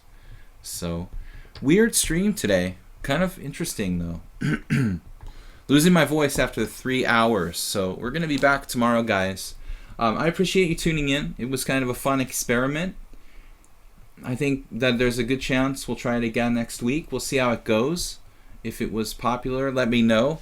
If you guys want to contact me, you know, just regarding like suggestions for the stream or involving questions about training or any kind of chess related stuff, you can definitely email me, videochesstrainer@gmail.com.